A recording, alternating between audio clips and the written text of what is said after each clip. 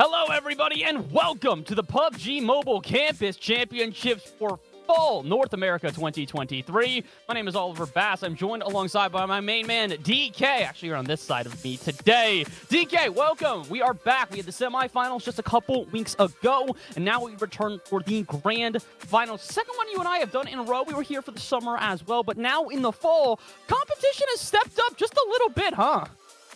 A little bit. I mean, come on, let's be serious, right? These teams, they have just been cracking it up so much. I mean, especially looking at what they did 2 weeks ago, right? You were actually quite accurate when you said a couple of weeks, because a couple is two, right? 2 weeks ago when they were playing in the semis, I mean, some pretty sweaty gameplay that we saw come through. And now we get the opportunity to see how those teams are going to compete moving into the grand finals themselves.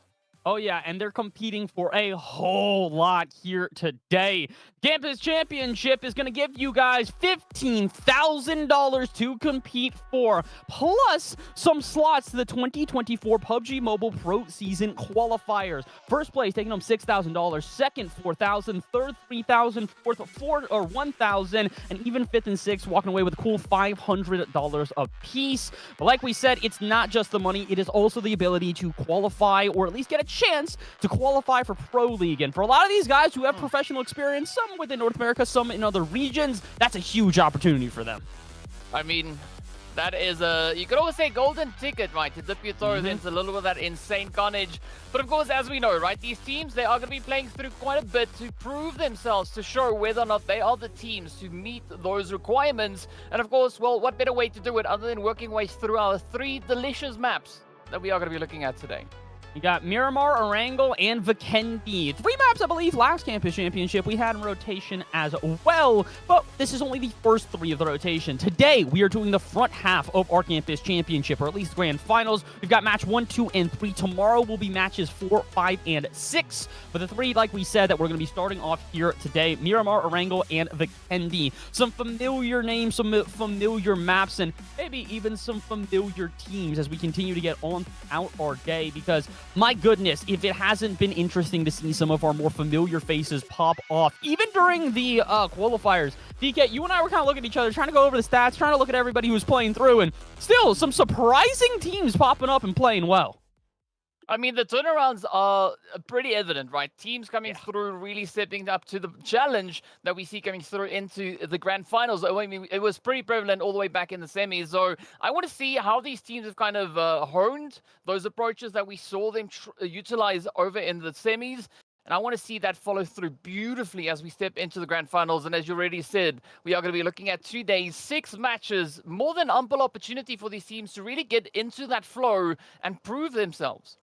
Yeah, it very much feels like they've got to hit the ground running. We talked a lot about this during the semifinals in particular, is that some of our front-running teams, the ones we expected to do well, took a bit too long to get into the action. Granted, this is a little bit different. It is not only 3 maps in the semifinals for you to make it through to the grand finals. You have today's 3 maps and tomorrow's 3 maps. The points don't reset. There's no changes here. It's carrying on through the 2 days of competition, but it doesn't make it any easier for these teams. They need to hit the ground running. We had seen it too many times. Multiple teams, I believe it was, I want to say Cumberland University, one of the teams that we had watched through the qualifiers, who we expected to do phenomenally in the main event.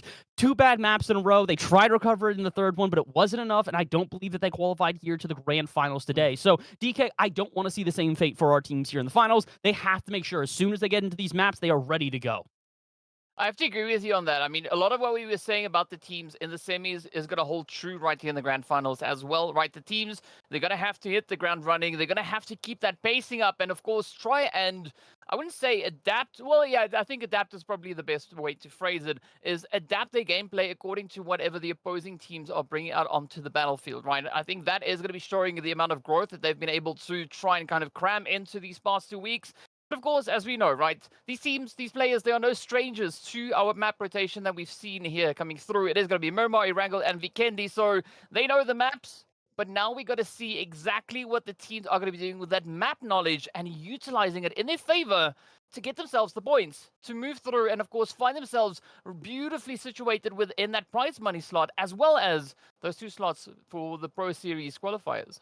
There's just so much at stake here today. And the best part about it is that we've got stuff for you guys at home as well. We want to give a huge shout out to Asus, one of the people that are making all of this happen here today.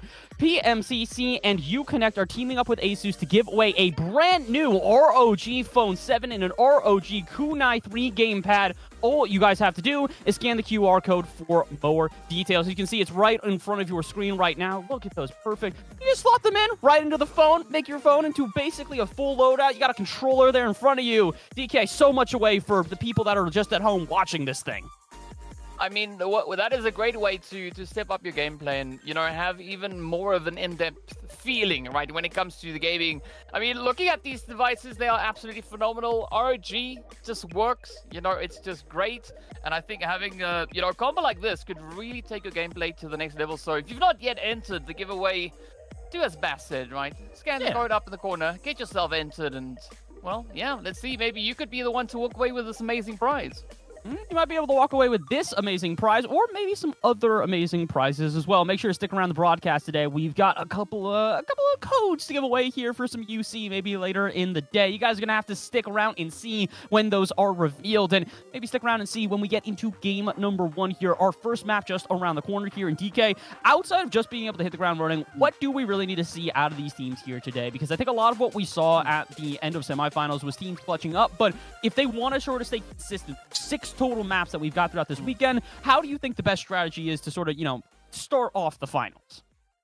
I would say to some extent we need to see a little bit of aggression, right? Teams really trying to capitalize on the point meta that we have going, right? Where the teams get awarded for aggression as opposed to strategic delayed rotations. That's a very nice way of saying camping, right? But so strategic delayed rotations, I mean, there is a time and place for it, but we want to see the teams really utilize the strategies, really show that map knowledge and show why they are deserving, right? Why they are the teams that are going to be looking to step forward and take a test run, right, when it comes to the pro scene. Because looking at how the pro teams play, there's a certain level of a standard that they've set, right? You need to play in a certain way to be able to measure up against them. So I want to see these teams kind of bring in their own version of that kind of strategy and just showcase what exactly they can bring out onto the battlefield.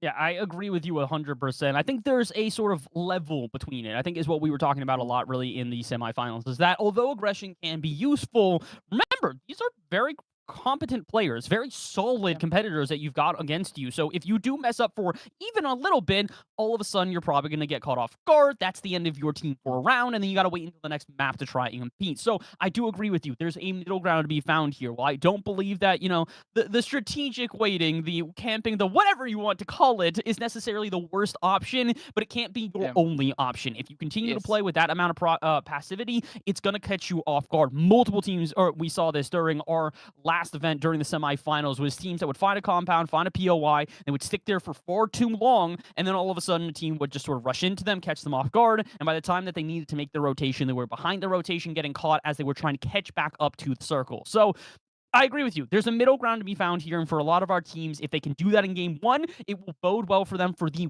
rest of the weekend. Again, we have 6 total maps to go through here, so as long as you can give yourself just a little bit of a bump up in that first map, I think you should be pretty good to cruise through the rest of the weekend. I mean, what better way to start us off with other than Miramar, right? It's going to be a great opportunity for the teams to really stretch their virtual legs. I mean, they could obviously stretch their own legs if they really, really want to. I mean, you could play PUBG however it is, however you choose to do it. But I think Miramar is going to be a golden starting point for these teams. A nice bit of a spread between the city finishes that we have here, but also we have that terrain that the teams will have to navigate and find themselves in the more opportune positions. And the most important thing here is going to be not to get caught with your hand in the cookie jar, right? That is going to be the approach, I think, to take. 100% agreed. We have a lot of teams who kind of bit off more than they can chew, is the best way that I can put it during our semifinals. But I don't necessarily know if that's going to be the exact same thing here today, especially on Miramar. This is a map that many players know and love. They are extremely familiar with it. The big issue is that because they are familiar with it, so is everybody else. You have to be careful when rotating through this map. We have seen far too many teams get caught off guard in what is a very connected landscape with the highs and lows, the valleys, the dips, the mountains, the everything in between. Everywhere, you need to make sure you are rotating effectively. We saw it become a huge problem at the end of our games during the semifinals and even the last campus championship. DK, what's to say that's not the same issues for teams here today? They need to improve. They need to be at their best, and they need to have a good game 1 if they want to start well. I mean, you said it all, right? So the team's going to have to just hit the ground running and show us exactly what they can bring out onto this battlefield. But I think the exciting part about having the semis being 2 weeks ago is that these teams now have had ample opportunity to do all the VOD reviewing they could potentially look to do and come up with strategies to accompany those plays. So I really want to see how these teams are going to be looking to put all of that knowledge to use, and maybe you could have a few surprising outcomes here. I hope so, man, because, again, when I look back at the semifinals, I was only there for the front half of the semifinals that day. The back half was with TTL, or Boy Time to Light. Shout out to him. And during the front half of the day, we did notice a couple of teams that, like you said, you know, they started off strong, but they might have played a little bit over of their hand, and it came back to bite them as time went on. For a lot of these teams who have strategized, I want to see them improve upon that. Less rotations where they're caught off guard in the middle of no man's land. A lot more, I'd say, what's the word I'm looking for here? Stick-to-itiveness, the ability to get ahead of these rotations. Because many times we did see teams sort of trailing the circle, trailing the zone, trying to catch back up. If you're a bit ahead of the curve there, it can do you wonders to just sort of set yourself up early in rotation, force teams to play through you in chokeholds and in choke points, and if that works out, you might just be able to find yourself a couple eliminations just here or there. You never really know, but we will know in only a couple of seconds. I think we're about ready to hop off the plane and on to the battlefield here as Campus Championship just about to kick off. And DK, I'm not gonna lie, I've been waiting 2 weeks for this exact moment, man. It has been a moment, and I am excited. Oh yes, I've got my popcorn ready, virtual popcorn, because, well, otherwise it's going to make a little bit of noise on the mic. But either which way, you know, we are amped, locked and loaded, and ready to see what these teams are going to be bringing through. But Bass, this is where I got to ask you. Which team are you most excited to see perform here today? There's a lot of options. I feel like I'm looking back at teams that I saw do well during the qualifier that I was a part of, that I was a big fan of, but I also want to make sure that I'm giving shout-outs to other teams who might be returning here. We did see a lot of teams during our semifinals that were also here during the last Campus Championship. Teams like Jacksonville State is probably a example. Teams like Manitoba, another good example. I'm looking also at teams like, I would say York College. Team Queens was a threat to behold in our first semifinals. And now as we get into our first map of the day, let's see if it's the same thing here. Well, there's only one way to find out. We got to see what these teams are going to be doing. Starting us off, though, we do have a decent flight path all the way down into that southeastern side. Very centered over towards Los Leones. But I think the big question here is going to be where that first initial zone is going to be forming. Is it going to take us up on towards that northwestern side? Maybe up towards Power Grid, El Pozo, maybe even a little bit of Hacienda del Patron or water treatment. Or it could also just, well, be really complementary to this flight path and center up over Los Leones. Very possible here. What I'm going to imagine, though, is that we're not going to see nearly as many teams probably going up north towards Campo Militar, towards La Comberea, towards El Pozo. Not even the ruins, I think, is going to be touched, nor Trailer Park. Although, we said that last time. Semifinals, we had a very similar flight path to this, and we were kind of suspecting no one's really going all too far west. Ends up having the circle pull about as west as you can get, and teams were forced to sort of fight just underneath El Pozo there. Really, I would say more closer towards the crater field, but not the point here. We'll see where teams end up rotating through, and also see if anybody tries to play on the south. I don't know if I'm seeing this wrong, but it looks like we've got one singular team. I believe it is the St. Clair Saints there on the very eastern side of your screen who have taken the south part of this map, and everybody else flying north. Oh, yeah. I mean, that is a beautiful setup for them looking to go so far south. So we got to see where that zone goes. And, of course, it is taking us all the way up to the place which we won't necessarily mention. Otherwise, PUBG is going to do a few odd things. But it is, however, very centered up over on towards water treatment. So that is going to open up quite a few great opportunities for these teams to get themselves situated and positioned. But now it's going to be game time, and I like how we are looking at a little bit of a contentious start for a lot of our teams. Yeah, this is looking like it's going to be pretty close quarters for most of the competitors we have here. It's a rather interesting zone that's going to force them into each other anyways. Again, as much as we were complimentary of that St. Clair team for pulling a bit south, trying to stay away from the pack, they're going to have to get forced into the pack regardless. Even some of our teams, I believe that is UGRA in the very bottom left, trying to figure out what exact team that is, but multiple teams at this point now have kind of forced themselves into some awkward rotations. Nobody really playing up that north. And my goodness, if this isn't probably the most problematic zone pull for pretty much everybody on this map, this is going to force some engagements early, whether or not these teams like it.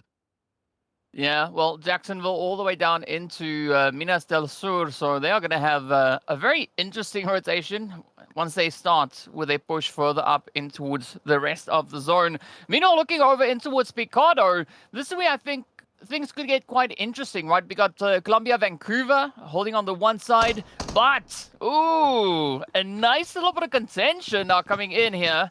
As you can see, Manitoba already hot off the press, looking to get right down into the action. Oh, and Proton was a familiar name for us. He was a problem for many players during our semifinals, and he's already a problem here. Dark down, can't take down the next one, though. Maybe Manitoba biting off more than they can chew. That's 2 of their players down, as Adam might be finished off. Same with Proton. And what could have been a huge early play there turns into 2 players already gone for Manitoba. Well, I mean, but this is no surprise to see your college really playing this kind of pacing in the early game. But, well, Manitoba, they're definitely going to have to find their footing here as they've been reduced down to 1. It is going to be a very contentious play coming on the side of Manitoba. But let's see whether or not they can push all the way in here. It is going to be Nabab just waiting on the opposite end. Beautiful Tommy gun in hand. I think a very bold play here will, of course, be to use that Car 98 to get a little bit cheeky, right? Go all no scope. Just try and finish off the opponents. I don't really see that happening, but looking at the HP that we have over on the side of Manitoba, I mean, that could very well work out. It very much could. They definitely aren't out of this one yet. Okay, well, they might be out of one. They are indeed the first team eliminated from us trying to hype them up to the 16th team now being set in stone. Maybe game 1 isn't Manitoba's best, best options for them. I mean, it is what it is, but oh, look at this though, right on to yet another fight. As we got Humber getting right down to business, finding themselves a few casualties up ahead, and now the big question comes, will we see Washburn actually being able to hold on here? I mean, Mum is down, but there we go, the final blow is delivered, and now they are just holding on to their final 2 players. This is, I'll say it, this is not what I expected of the grand finals here. I expected teams to be a little bit more strategic, to maybe play this one a little bit more patiently, to come into these matches with a bit more stratagem. I don't really know if we're seeing that at the moment. It feels like a lot of teams diving onto the same compounds. Granted, we expected this. With the zone pulling so far north, it was going to force teams into engagements early. I just didn't think it would be this early, DK. Well, I mean, I'm not going to say no to it, right? It's amazing to see these teams getting aggressive so early on. But we still have quite a long way to go. You can see Sinclair, of course, all the way up towards the top there, holding up a bit of a position. But now I think the big question is, will Sinclair versus Sinclair be able to kind of push through this one, right? We got Milkshake. Sorry, that is just Milkshake all by themselves. The SCC Green Pod convinced me that there was another team there. But it's just Sinclair all by themselves. So they're going to have a very comfortable play, at least towards that direction. However, if we look a little bit further down, right, we see so many more teams in very close proximity. Yeah, there's still a lot of teams very much just sort of side by side right now. And it's not necessarily because of the fact that this is, I don't want to say that it's them trying to strategize to sort of keep themselves in close contention so they can rotate with the zone. I think it's just sort of, they've been forced in this position. Now you can do the best that you can. You don't want to give up any sort of zone on the edge. You don't necessarily want to try to give up more room for teams to get through these chokeholds without being impeded. So it's smart. Teams are playing it like this, where St. Clair on the very edge of the map, forced between a rock and a hard place here with the water behind them. They've got nowhere to go. So for Jas and for Whitebeard here, they got to be careful. They've got multiple players around them. Where is the rest of St. Clair, though? Feels like they should have some backup right now. Yeah, I mean, definitely we could do with a little bit more of that support play coming in here. But yeah, this is the Rude Dudes, also Sinclair. The other Sinclair, as Whitebeard gets taken on down, sent on back. As Strange does secure that final blow. It's a very wide spread coming through. So at least Sinclair, the Rude Dudes, they're going to have to make do with what they've got happening right there, as they've been brought down only to 1, remaining hopeful. That is putting quite a bit of pressure on them, but we also see Washburn, right, as we had previously being reduced down to 1 player. So it's an interesting trend that we are slowly seeing develop out on the battlefield.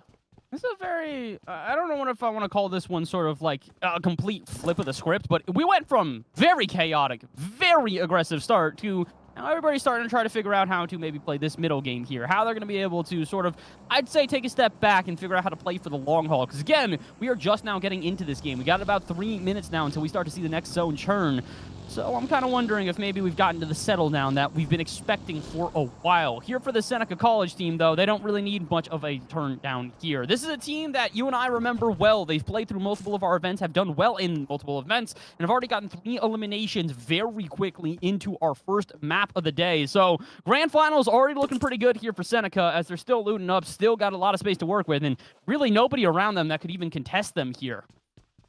Yeah, I mean, Seneca, no strangers really to this kind of pacing. Of course, we did see one of Sinclair situated a little bit further down, closer towards Puerto Pareso. But other than that one player off in the distance, they don't have anything to worry about, right? This allows them the opportunity to really focus on that zonal positioning, get themselves situated, moved forward, and they've got a beautiful bit of a pathing right up in towards the zone itself.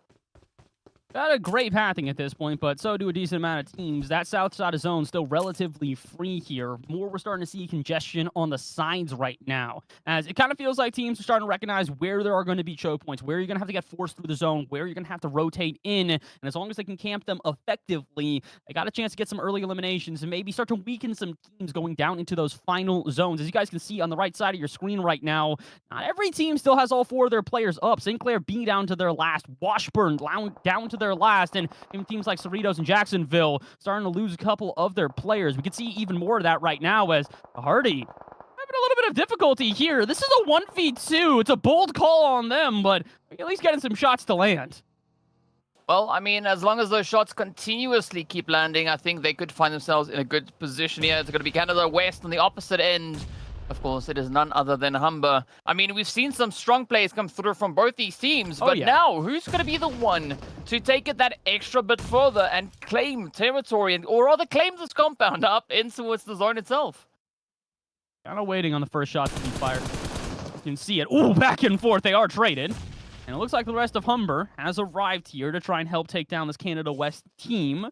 Canada West does have all 4 of their players up, but I think they only have 2 of them at this compound. Yeah, you can see Jas behind them, probably trying to rotate in so they can maybe back up their teammates. I think they should probably do that sooner rather than later, as slowly here comes Humber up this hill, trying to find positions. See all of them just trying to figure out a way to advance up, peek their heads out without getting shot by any of the ARs in hand. And unfortunately, it's a bit easier said than done. Kartik continuing to take shots. Canada West doing a good job holding this compound. They need their teammates to get there already. But I mean, this is no surprise really to see this kind of play come through from Humber. If you remember back a little while, right? Of course, they took down a big majority of the Washburn team, so they've already had a bit of a taste of blood. And now they are going to be looking to follow through and see if they can maybe rush into another compound. We did also see yet another team getting shipped out of here as we are slowly seeing these numbers starting to drop. I mean, only 14 teams remain. It's not a good day for Canada right now, as another one of the Canadian team goes out. Canada West here doing all right, but like we said, St. Clair down to one of their only players remaining. Meanwhile, the St. Clair A team has done well, but has no eliminations. York, one of our front runners here today, has already started off strong. I mentioned Team Queens for a reason, and I will mention them again. Full squad wipe to them, 4 points already on the board from 4 eliminations, and the whole team still remaining.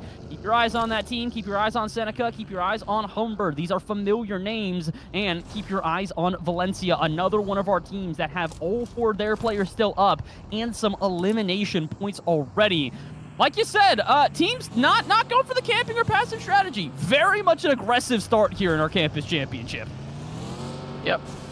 But I mean, we want to see these teams really kind of stepping into the situation, right? This is going to be the grand final, so there is a big opportunity for them really to let everything out of their sleeves and bring everything out onto the battlefield. But I like the spacing coming through. I mean, the team's really focused on getting themselves situated up into the zone. You can just see that immense amount of congestion that we have there, and it's going to be especially troubling if we look up towards the northern side. As you can see, it's just starting to build and build even more as we progress further.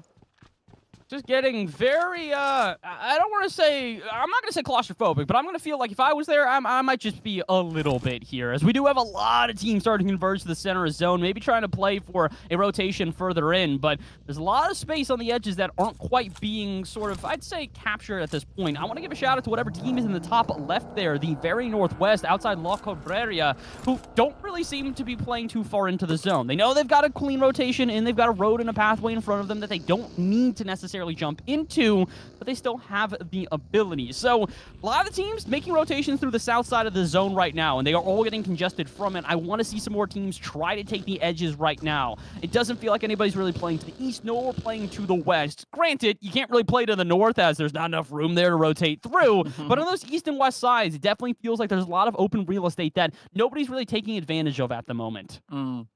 Yeah, of course, the team up in La Cabrera, that is none other than Cerritos. So I'm going to be curious to see how they are going to be looking to hold their own, especially seeing that Lambton is slowly starting to encroach on their position as well. So there is going to be some level of defense that they will have to try and apply should they choose to have a comfortable rotation moving forward up in towards the zone. Meanwhile, things are looking to heat up a little bit more up in towards the center zone itself. As we can see, Humber here now trying to hold on, trying to lock down a bit of a position, but they're going to have to contest against the rest of the teams held in this vicinity. And I mean, looking at the sheer number of teams surrounding them, I think for Humber, this could really be quite a bit of an exciting angle to play off of.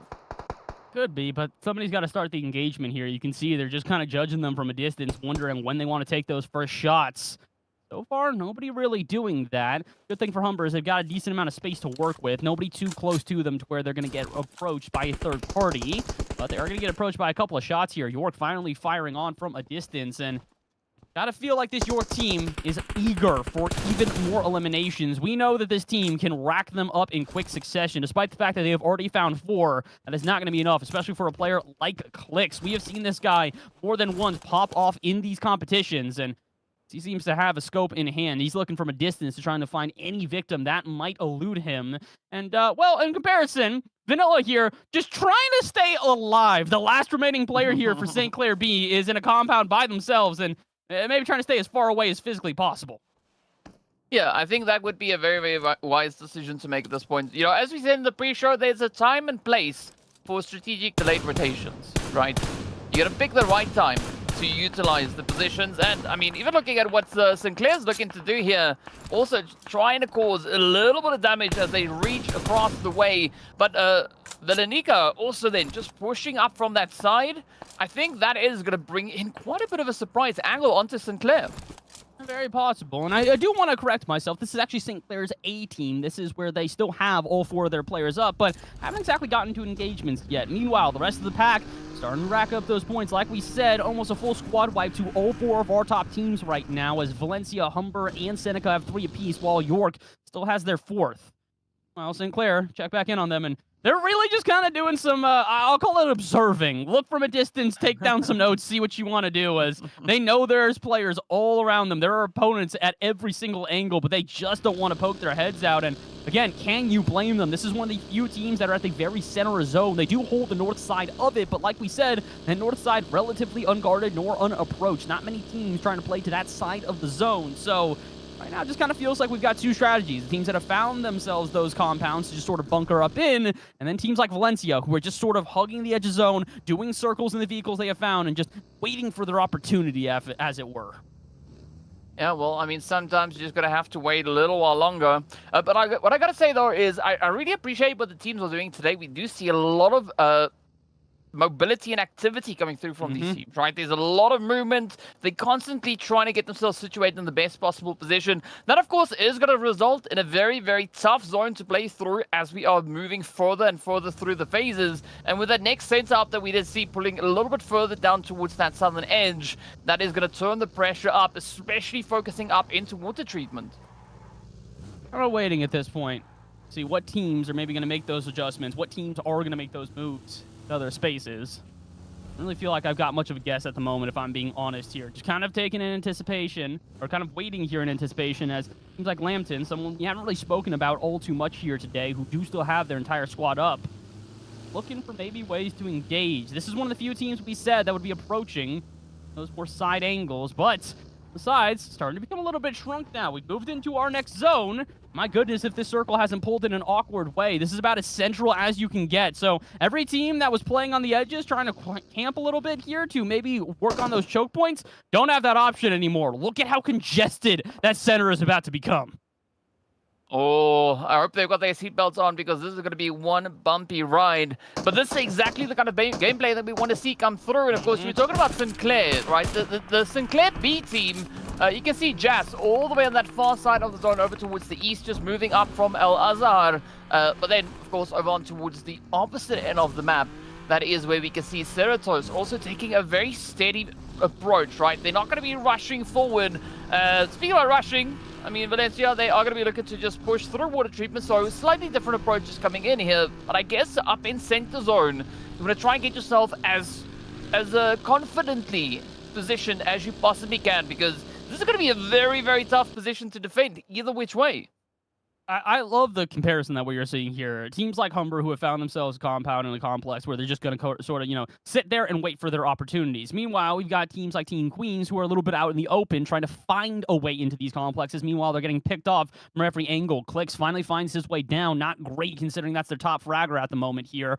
But meanwhile, on the other end of this one, you've got teams like Valencia who are just looking for the smoke. They're driving around trying to find anybody who dares challenge them. And I'm a bit surprised they haven't found somebody earlier. Humber has found themselves between a rock and a hard place right now, though. Despite the fact that, like we said, they've got Team Queens in front of them in a very precarious position, so they can pick them off individually. If they overplay their hand, I think that is Seneca that is directly behind them. So, bit of an awkward position here for Humber, as they do have a team that if they can poke out a little bit, they can probably get an elimination. But unfortunately for them, if they bite off more than they can chew, they're going to get picked off by the team behind them, which is not Seneca. I take it back. I believe that is Sheridan behind them. So, yeah, this is not a great position here for Humber. Despite having the complex, I don't really know what else they have at their advantage at the moment.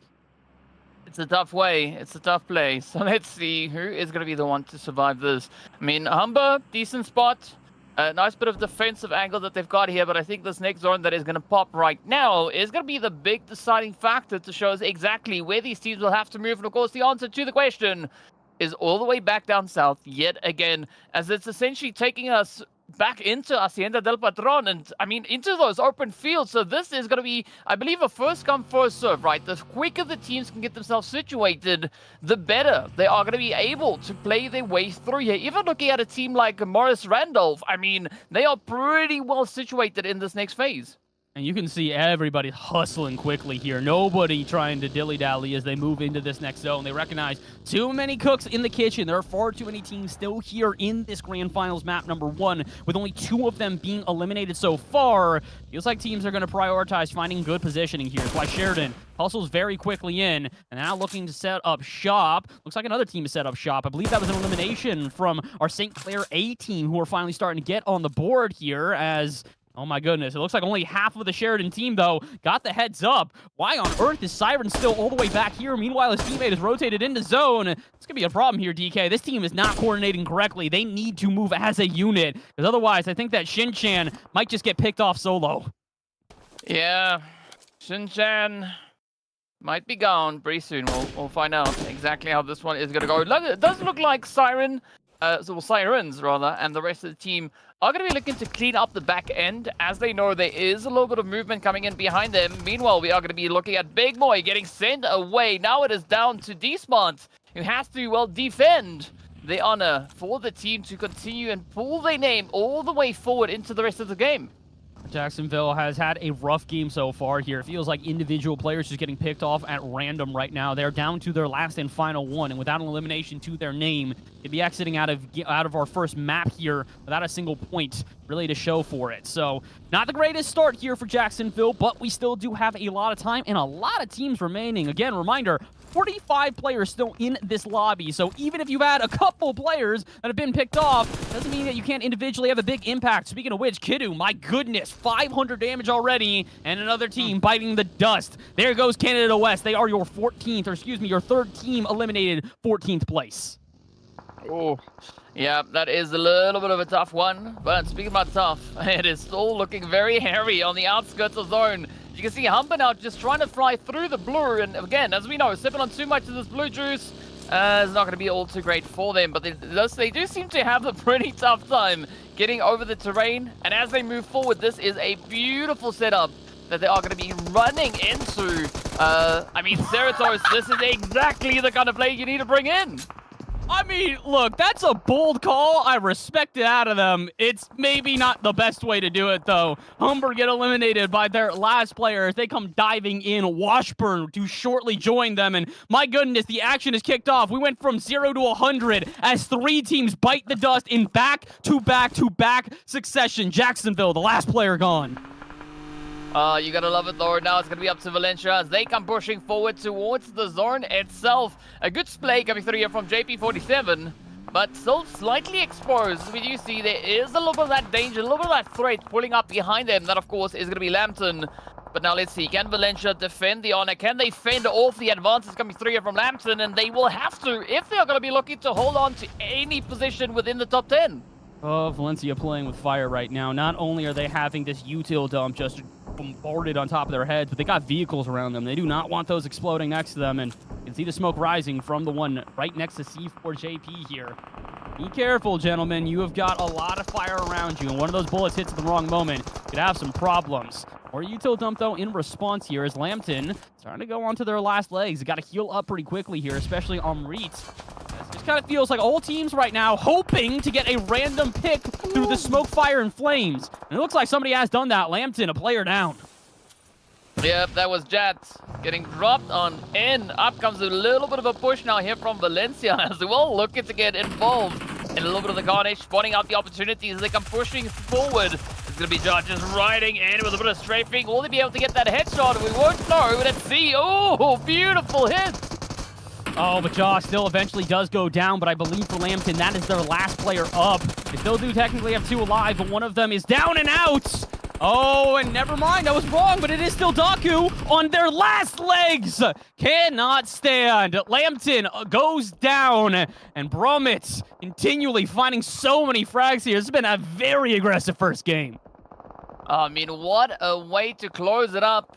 But now, Valencia, they still have a very long way to go to get themselves properly and safely secured. Meanwhile, as we look across the way, it is absolute carnage all over the place. I mean, it's even Cerato's going to be feeling a lot of that pressure as they try to just crawl their way back into safety. Yogi, the last one left to carry their name to potential victory. Sinclair A also going to get dropped on down as the pressure just really starts to build. Sheridan going to be following third. I mean, in such a short period of... 45 teams last I checked in on the number, or excuse me, 45 players remaining last I checked in on that board. We are down to 16, almost 30 players gone in the blink of an eye. And St. Clair might be the next to join them. Ooh. Jazz goes down, and there goes the St. Clair B team. That is both St. Clair's down and out of our first map here of the Campus Championship Finals. And doesn't feel like that's going to end anytime soon. My goodness, Nabab, a player that we have mentioned before, that Teen Queens team, 600 damage to him alone. York College, our second highest fragging team here.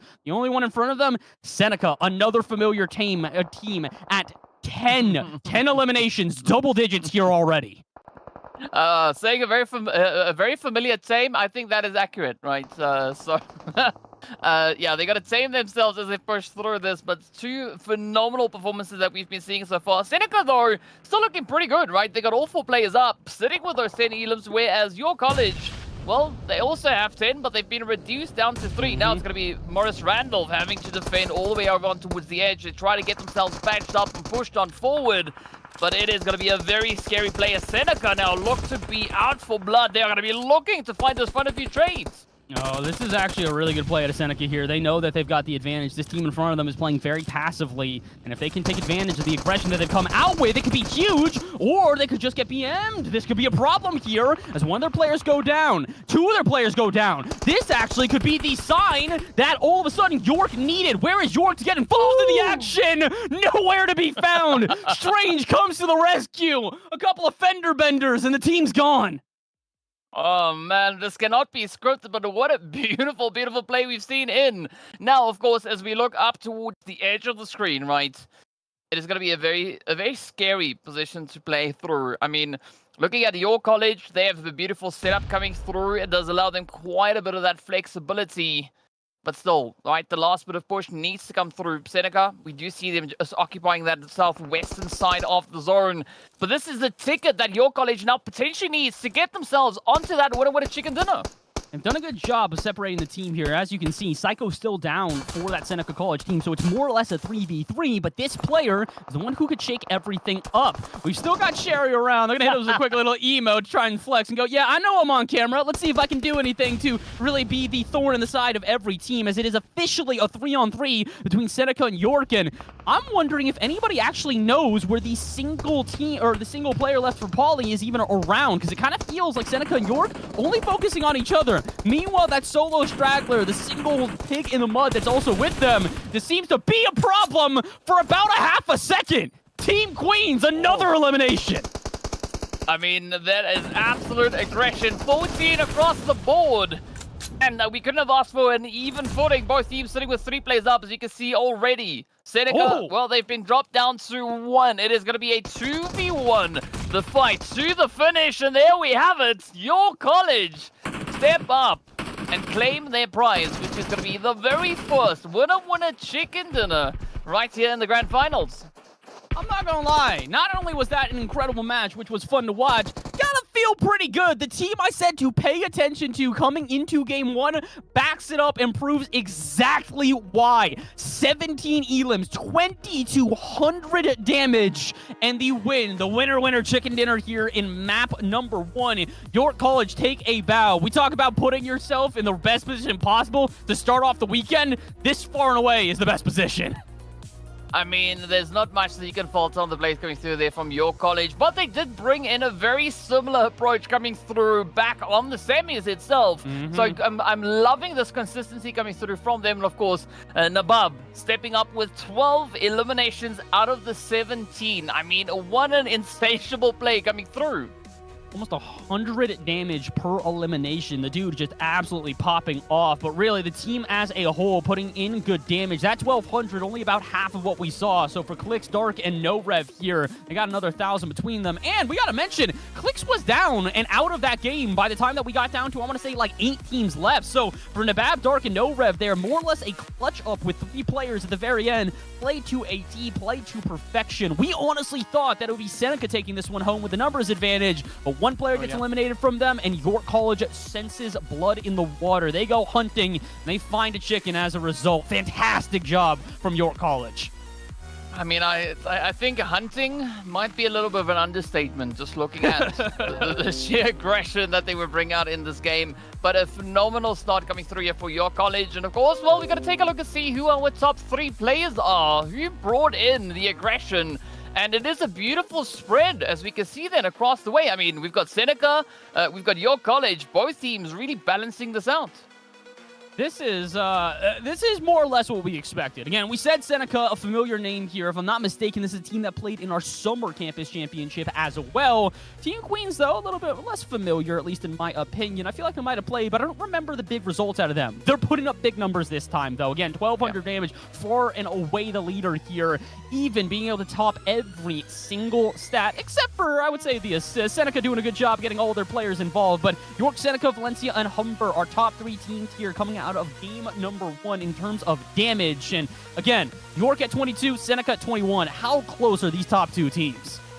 I mean, that is scary close with regards to their overall performance coming to the end of this match. And a very, very good foundation being laid in game number 1.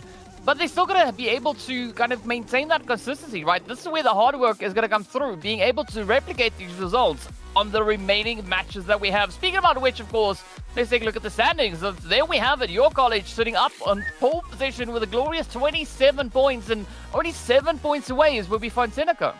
And again, this is what we're talking about when we say we've got our 2 front runners for maybe not only the day, but the weekend really at this point. York College at 27, Seneca at 20. Every other team underneath them doesn't even have double-digit points. 8, 7, 7, 6 as we round out our top teams here. So very clearly, York and Seneca a step above the rest, while Valencia, Humber, and Morris Randall here did a good job to put in a couple of jabs. None of them could land the knockout blow like our top 2 teams. We got a long weekend ahead of us here, but already we're starting to see the teams that we've got to keep an eye on.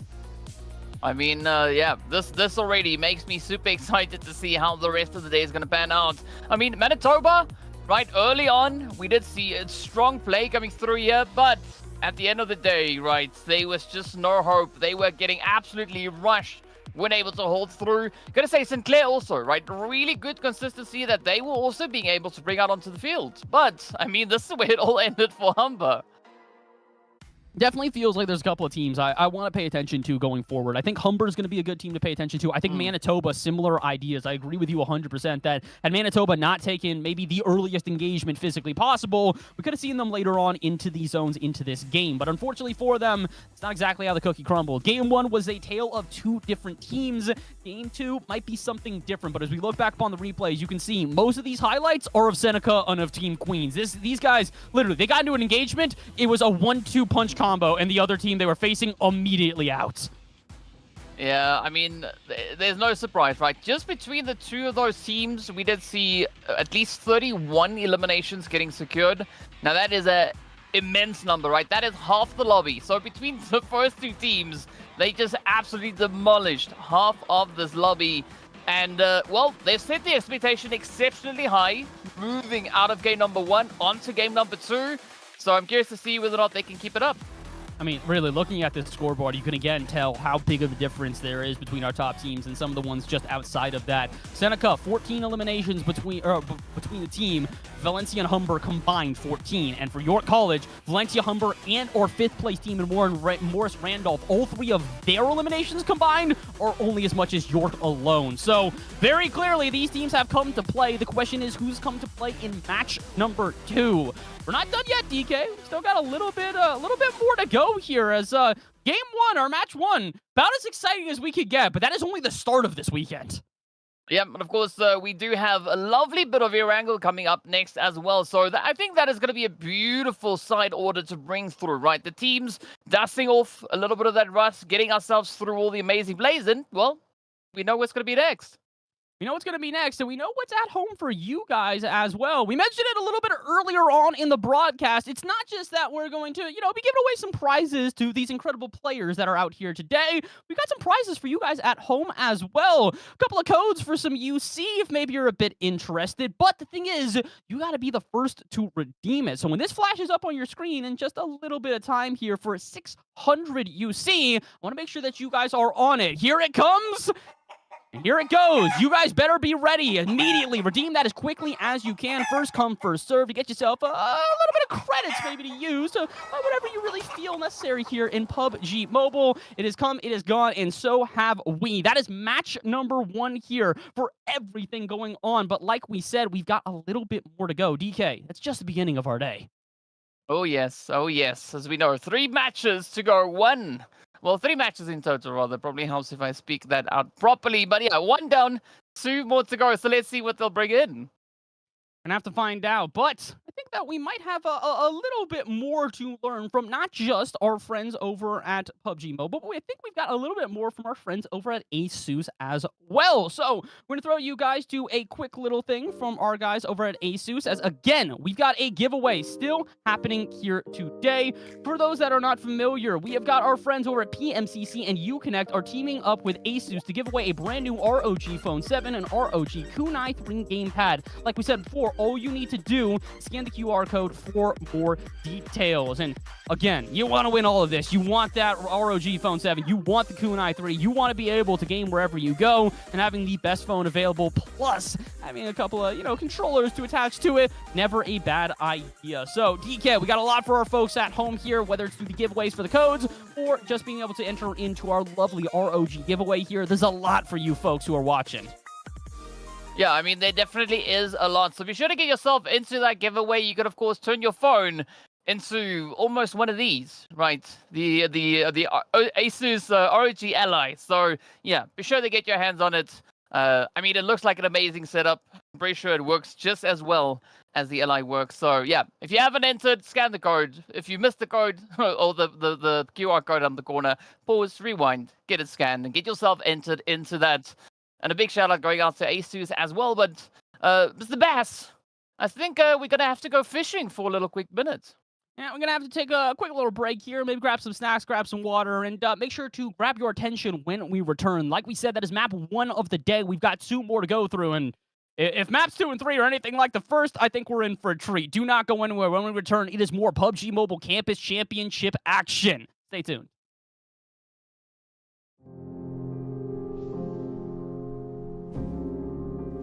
The heat coming off this region though right now. It's bringing me heat. It's bringing me warm. The top 3. And chicken dinner, and you can see exactly why this is one of the best teams to come out from South America. The chicken dinner, it is vampire from the bottom of the tables. The looks of relief on their faces as they pick up an 18 elimination chicken dinner. PMCC final MVP. And it has been decided your MVP will be from Stalwart Esports. Give it up, Jakarta, for top.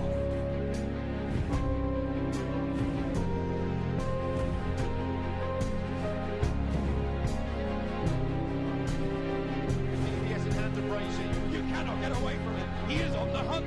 Looks for more as well. Finds the nade in hand. And it will not be found. Spud is shutting it down.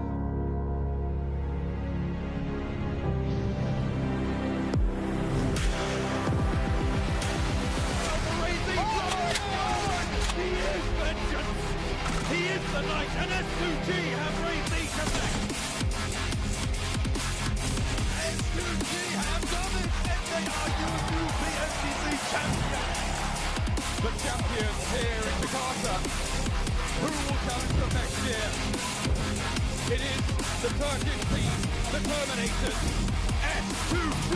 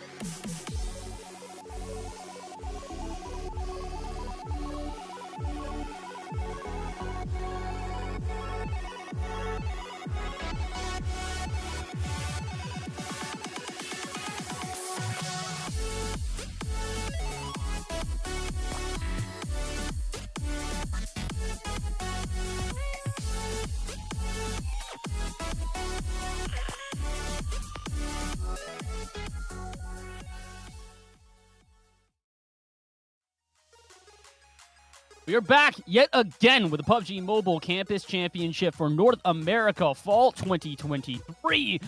Back again, my name is Bash, joined along by DK. And DK, we have exited out of our first map of the night. And my goodness, if it hasn't already been an exciting one. York College and Seneca keeping it close, while the rest of the pack might have a little bit of catching up to do here on Erangel.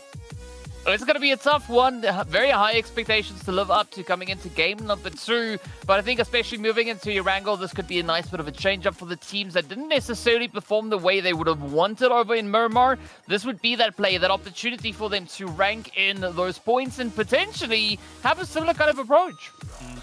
They got to make sure that they are hitting the ground running. We mentioned that game number 1 was going to be the territory to make your mark, show teams what you are made of going forward. And while a couple of our frontrunners did exactly that, some of them have got to do that here on Erangel on our second map. I'm looking at teams like Manitoba. I am looking at teams potentially like St. Clair. A couple of teams that bit off more than they can chew off, drop. Maybe in our second match, they can play a little bit differently. And honestly, they kind of have to. $15,000 on the line. This is our second match. We'll be a third of the way done through the weekend after this one. So if you haven't established yourself by the end of game 2, I don't know when you're going to. Yeah, you know, that's the unfortunate part. If you bring in a little bit of a late start, it might end up biting you in the butt. So, yeah, you got to bring it all the way from the get-go.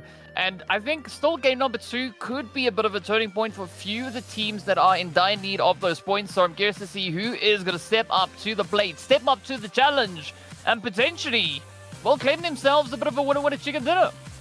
Got the ability, but they have to show it. Like we said, this will be our second map of the weekend. We've got 3 here today and another 3 tomorrow. So I'm going to recommend they at least get themselves somewhat started, get themselves somewhat established, and maybe try to close the gap. As we mentioned, coming out of game 1, we had 2 teams at plus 20 points with Seneca and York. Everybody else underneath 10, not even double digits for the rest of them. So as we get off of the plane and into the action here in our second match of the day, Erangel could be a very different thing, especially with one of the most northern pointing polls I've ever seen. This is straight south to north. It's going to be a lovely one. It would have been nice had it been a little bit more center, but, you know, we'll take it for what it is. This is going to allow pretty decent access down into that military island, as well as everything essentially over on towards the eastern side of the map itself, right? Pachinki, however, as always, is going to be very well within reach of this flight path. I'm curious to see exactly where these teams are going to be looking to get themselves situated. And, of course, figure out situations, right? Already, we do have a few early jumpers looking to get themselves situated and positioned out over this map. Looks like Manitoba may be taking a different approach here. Last time they dropped with arguably the most aggressive team in the entire competition, with York College Team Queens being who they ended up facing. This time, they look like they could be the only team on the Southern Island here by themselves. My goodness, if that wouldn't change up their fate. Only, I will say, though, if zone pulls south. They got to be a little bit careful here. It does not feel like any of these teams have necessarily had the zone pull in their favor. Last time we saw teams go very far to the east or the west, and the zone pulled about as north as physically possible. The comic irony of that, if you will, is definitely not lost on us and definitely was not lost on the team. But as we get into map number 2, I'm wondering, where do we pull this time? Where do teams have to rotate? Oh, that is going to be a very, very interesting question that we'll look to have answered. But I think the big deciding play is about to be revealed, as we could see where that first initial zone is going to be taking us. Again, could it be complementary? No! It just moves ever so slightly over towards the western side, beautifully centered up onto Gatka.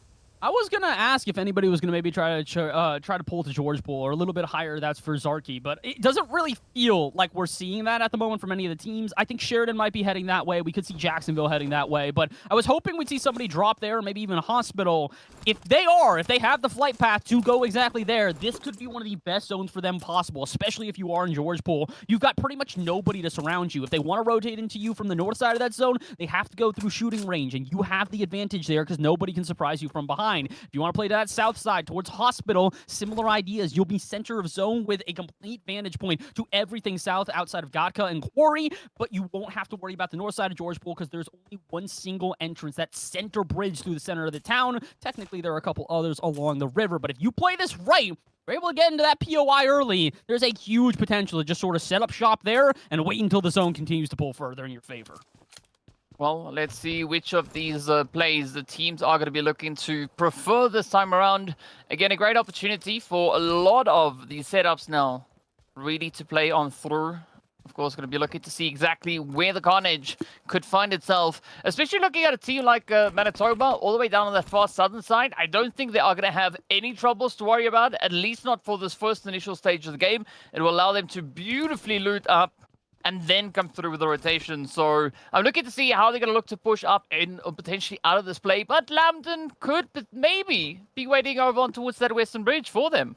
Oh boy, this could get a little bit scary here. You got to feel for a lot of these teams that were maybe trying to get a little bit more of a strategic drop here. Again, game number 1 was carnage off rip. Game number 2, less carnage, a little bit more stratagem from every team participating. And unfortunately, sometimes that little bit of strategy can come back to bite you, especially considering most teams opting to play for center of map right now. A lot of them directly on that north to south line in the very, very center of the map here. Meanwhile, nobody really going too far to the northeast or to the northwest. Couple teams playing on that very eastern zone, but feels like there's still a decent amount of this zone towards that western side that is completely up for grab. Like we talked about, that little string from Zarky to George Pool, the Hospital, all the way down to Quarry.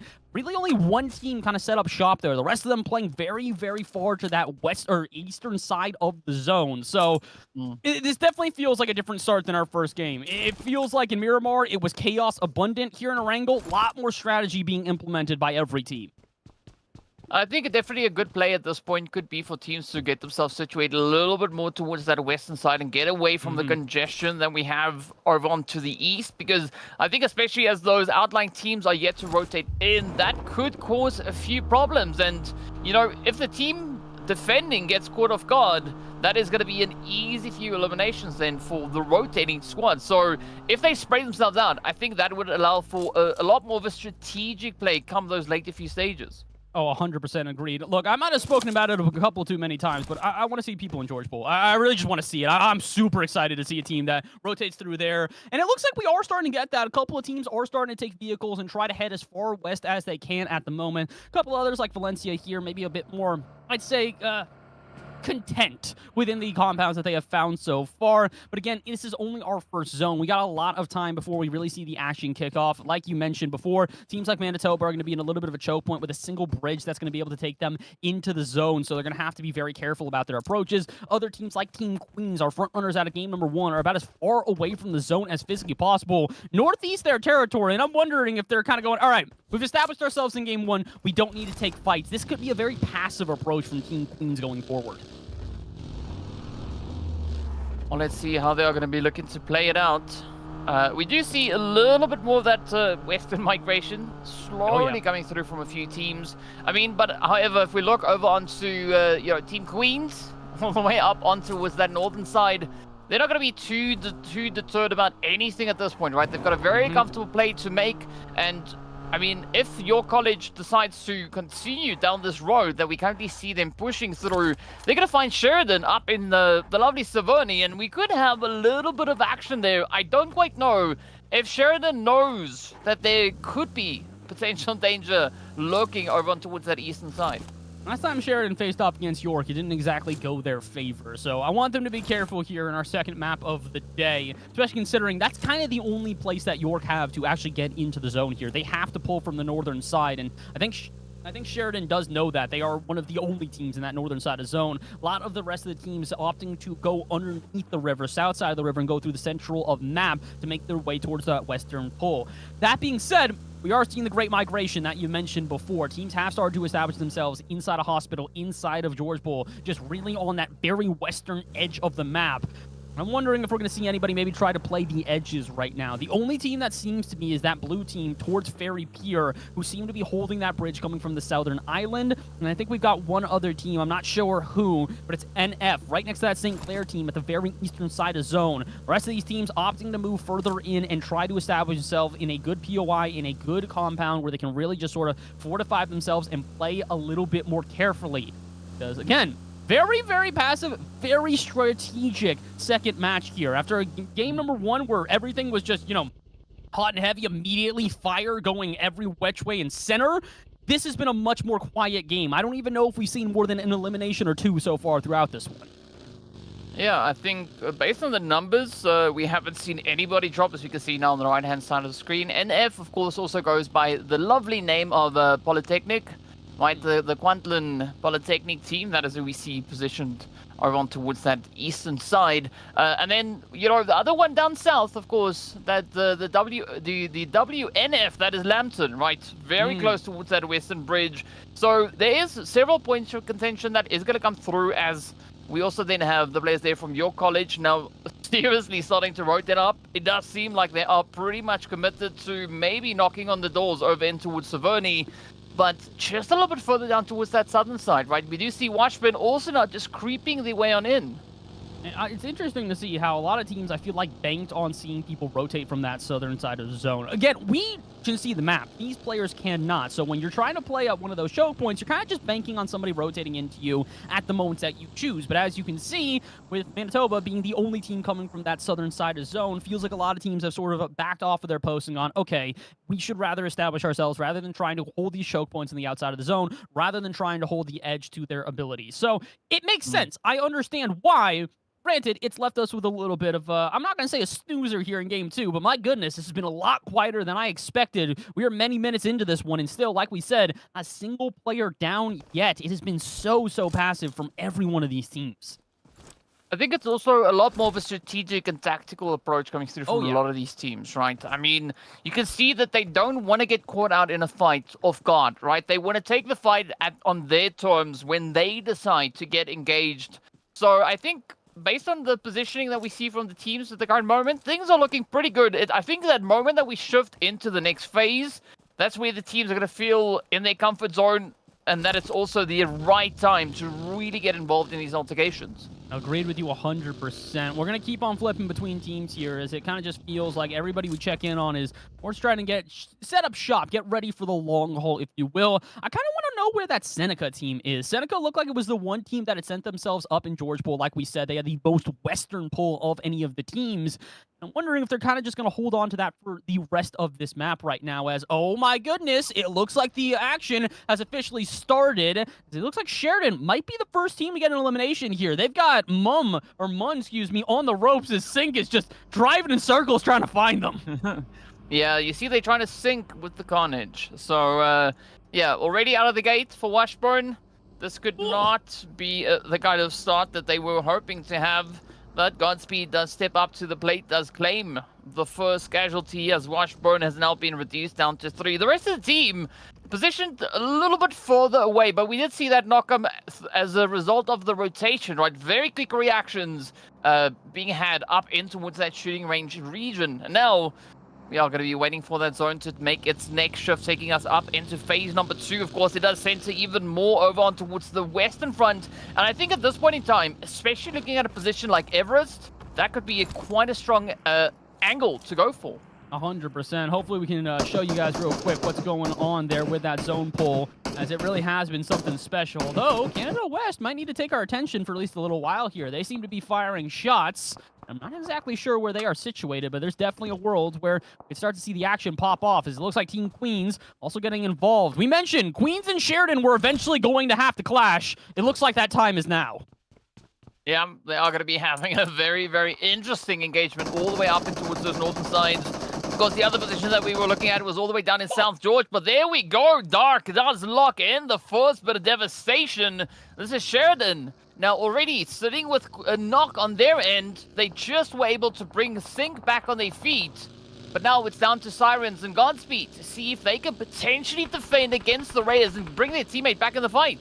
I mean, we saw, oh my goodness, at least one player go down, but Sirens pays with it with their life. My goodness, Dark come in like a heat-seeking missile. Now all they need is one more player. The issue 14 Queens, though, is they already officially have a player down and out, and one that is still down at the moment. So they got to make quick work here if they want a chance. Speaking of quick work, St. Clair wasting no time to rush in and potentially find themselves a chance. Take down, I think it's the Seneca team here. If I'm not mistaken, that N7 team is Seneca. So, my goodness, if the tables haven't turned here in game number 2, teams like Team Queens going down with 2 of their players out now, and Seneca on the ropes against St. Clair. Yeah, Valencia, of course, now being reduced down to an unfortunate 2-piece as St. Clair A has just rushed right forward in towards them. But this is the kind of aggression that I was referring to, right? Strategic aggression. I mean, there's no point in just spraying at everything that moves. You got to do it with purpose, right? So really good utilization of the strategies coming in on the on the side of there that we just saw.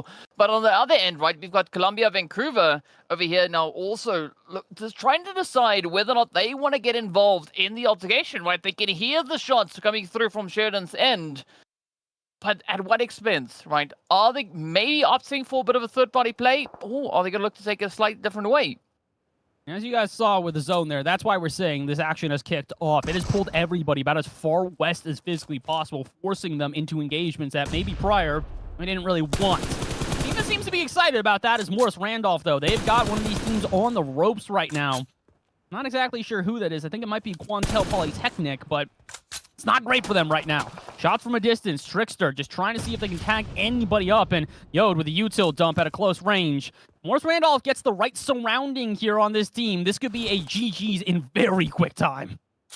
Yeah, Lambden will definitely have to find a very, very strong response right here. And this is exactly what we love to see, right? Those challenges being brought on forward. But looking at the side of Lambden, though, I mean, things are looking pretty grim. Only one up on their feet. Daku about to get rushed. Up goes the push, the play, and down they go. That is it. Honestly, well played from Morris Randolph. We felt like that was just only a matter of time. That team had them in a great pincer maneuver, and we're slowly weaning away at their health after shot, util dump after util dump. A quick just 1-2 punch as they come zooming in with their vehicle should be more than enough. Interesting turnaround here in game number 2 after a Morris Randolph who played passively but got towards the end of our first game. Game number 2 here, our second map, they're a lot more aggressive, and it's paying off. 4 eliminations already. But it's no surprise because we did see a very similar kind of pacing come through from them over in the semis as well. So I definitely want to see Morris definitely follow through a lot more with it, right? Use this as only a start to the momentum, right? Carry that forward as best they possibly can. And speaking about, you know, carrying forward a good position, I mean, the angles that we see being held right here by St. Clair, I mean, this could be a very interesting setup up on towards Everest. Currently, there's nobody occupying the hill. This is bizarre, to be honest. It kind of feels like a lot of teams are opting to go for these POIs, go for these compounds, try to play in close proximities, rather than maybe playing from a distance and playing for the long haul here. Again, it's a little bit of a sunken cost fallacy. Unfortunately, for a lot of the teams after game 1 where we saw Team Queens and Seneca pull so far ahead of the rest of the pack, now it's a bit of catch up for the rest of the teams that are currently participating. So rather than playing a passive approach, rather than just trying to work off of placement points, want some eliminations to get themselves back up, which, you know, not the worst idea. The issue is that a lot of other teams have the same ideas. Look at how many teams here are just surrounded around Gatka. It just feels like everybody is waiting for a single shot to be fired, and boom, that's the trigger for everybody to go. Yeah, that is going to be a little bit of that snowball effect as the zone centers up beautifully, just shifting in on towards itself. That play in Gatka is going to continue as the teams won't have to move a single muscle. But I'm very curious as to what is going to be happening up in Chopsticks, right over towards that eastern side of the current zone. Well, the next phase, as already we have quite a few teams situated there, but nothing is all too clear just yet, right? As we know, Center Zone is currently held there by Quantlin Polytechnic, so they're going to have a pretty tough time defending against so many different teams.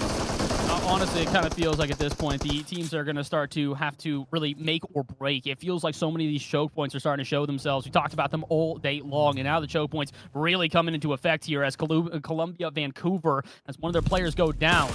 And even, oh my goodness, the rest of their players not in a better position. Getting choked out here at the bridge on George Pool. We mentioned this would be a hotly contested spot. Unfortunately for Columbia and Vancouver, it's before the worst rather than the better, as two of their players already go down. Dark and Daku still up, but this is not boding well for them. Well, let's see what is going to come through as Daku now rushes up on Nabub. Ooh. I mean, Nabub being the MVP in the previous match. This time around, not going to find themselves in such a luxurious position. It is going to be Coco now, having to try and defend against the onslaught. And for the York, this could be a very short-lived run. It's a possibility. It definitely kind of feels like right now both teams are just kind of waiting for somebody to pop their head out. Coco, the last remaining member here for Team Queens! And they are gone within the blink of an eye. Util dump nades out the wazoo, and York College, our second team, gone. Oh, man, what a turnaround though, right? They had such a phenomenal performance. Game number 1, game number 2. Well, they had a target on their back. Yeah. And of course, as we've seen here, things just looking pretty insane. But it's good for Humber though, because I mean, we were looking to see Humber perform similar kind of to this back in game number 1. So I'm happy to see that they've now really stepped up to the plate. Playing a great game number 2 so far. They're really taking these engagements well. Again, they were picking off players from York College individually, one at a time. They would go down. Slowly, as the numbers advantage went in their favor, they started to converge as a team and just really continue to siphon off all of the utilities that we have seen from these teams. Again, it's not as if Coco was just there helpless. They were dumping utility smokes into every single room just to try and masquerade themselves to live just a bit longer. And even despite that, Humber said, no, we will be taking this dub. And they do indeed take the eliminations, but the winner chicken dinner still eludes them. And for the rest of the teams here, Canada West, though, is doing exactly as you said. They're heading to the high ground, and my goodness, if it hasn't given them a massive advantage. Yeah, but of course they're going to have to face off against Washburn, who is already very well situated here. And I mean, looking at Terminates, right, this could be exactly the angle to hold. No, not keeping their head on the swivel as a beautiful sneaky play comes up on the edge. And now, right, this could still be Sork looking to find a bit of that approach here.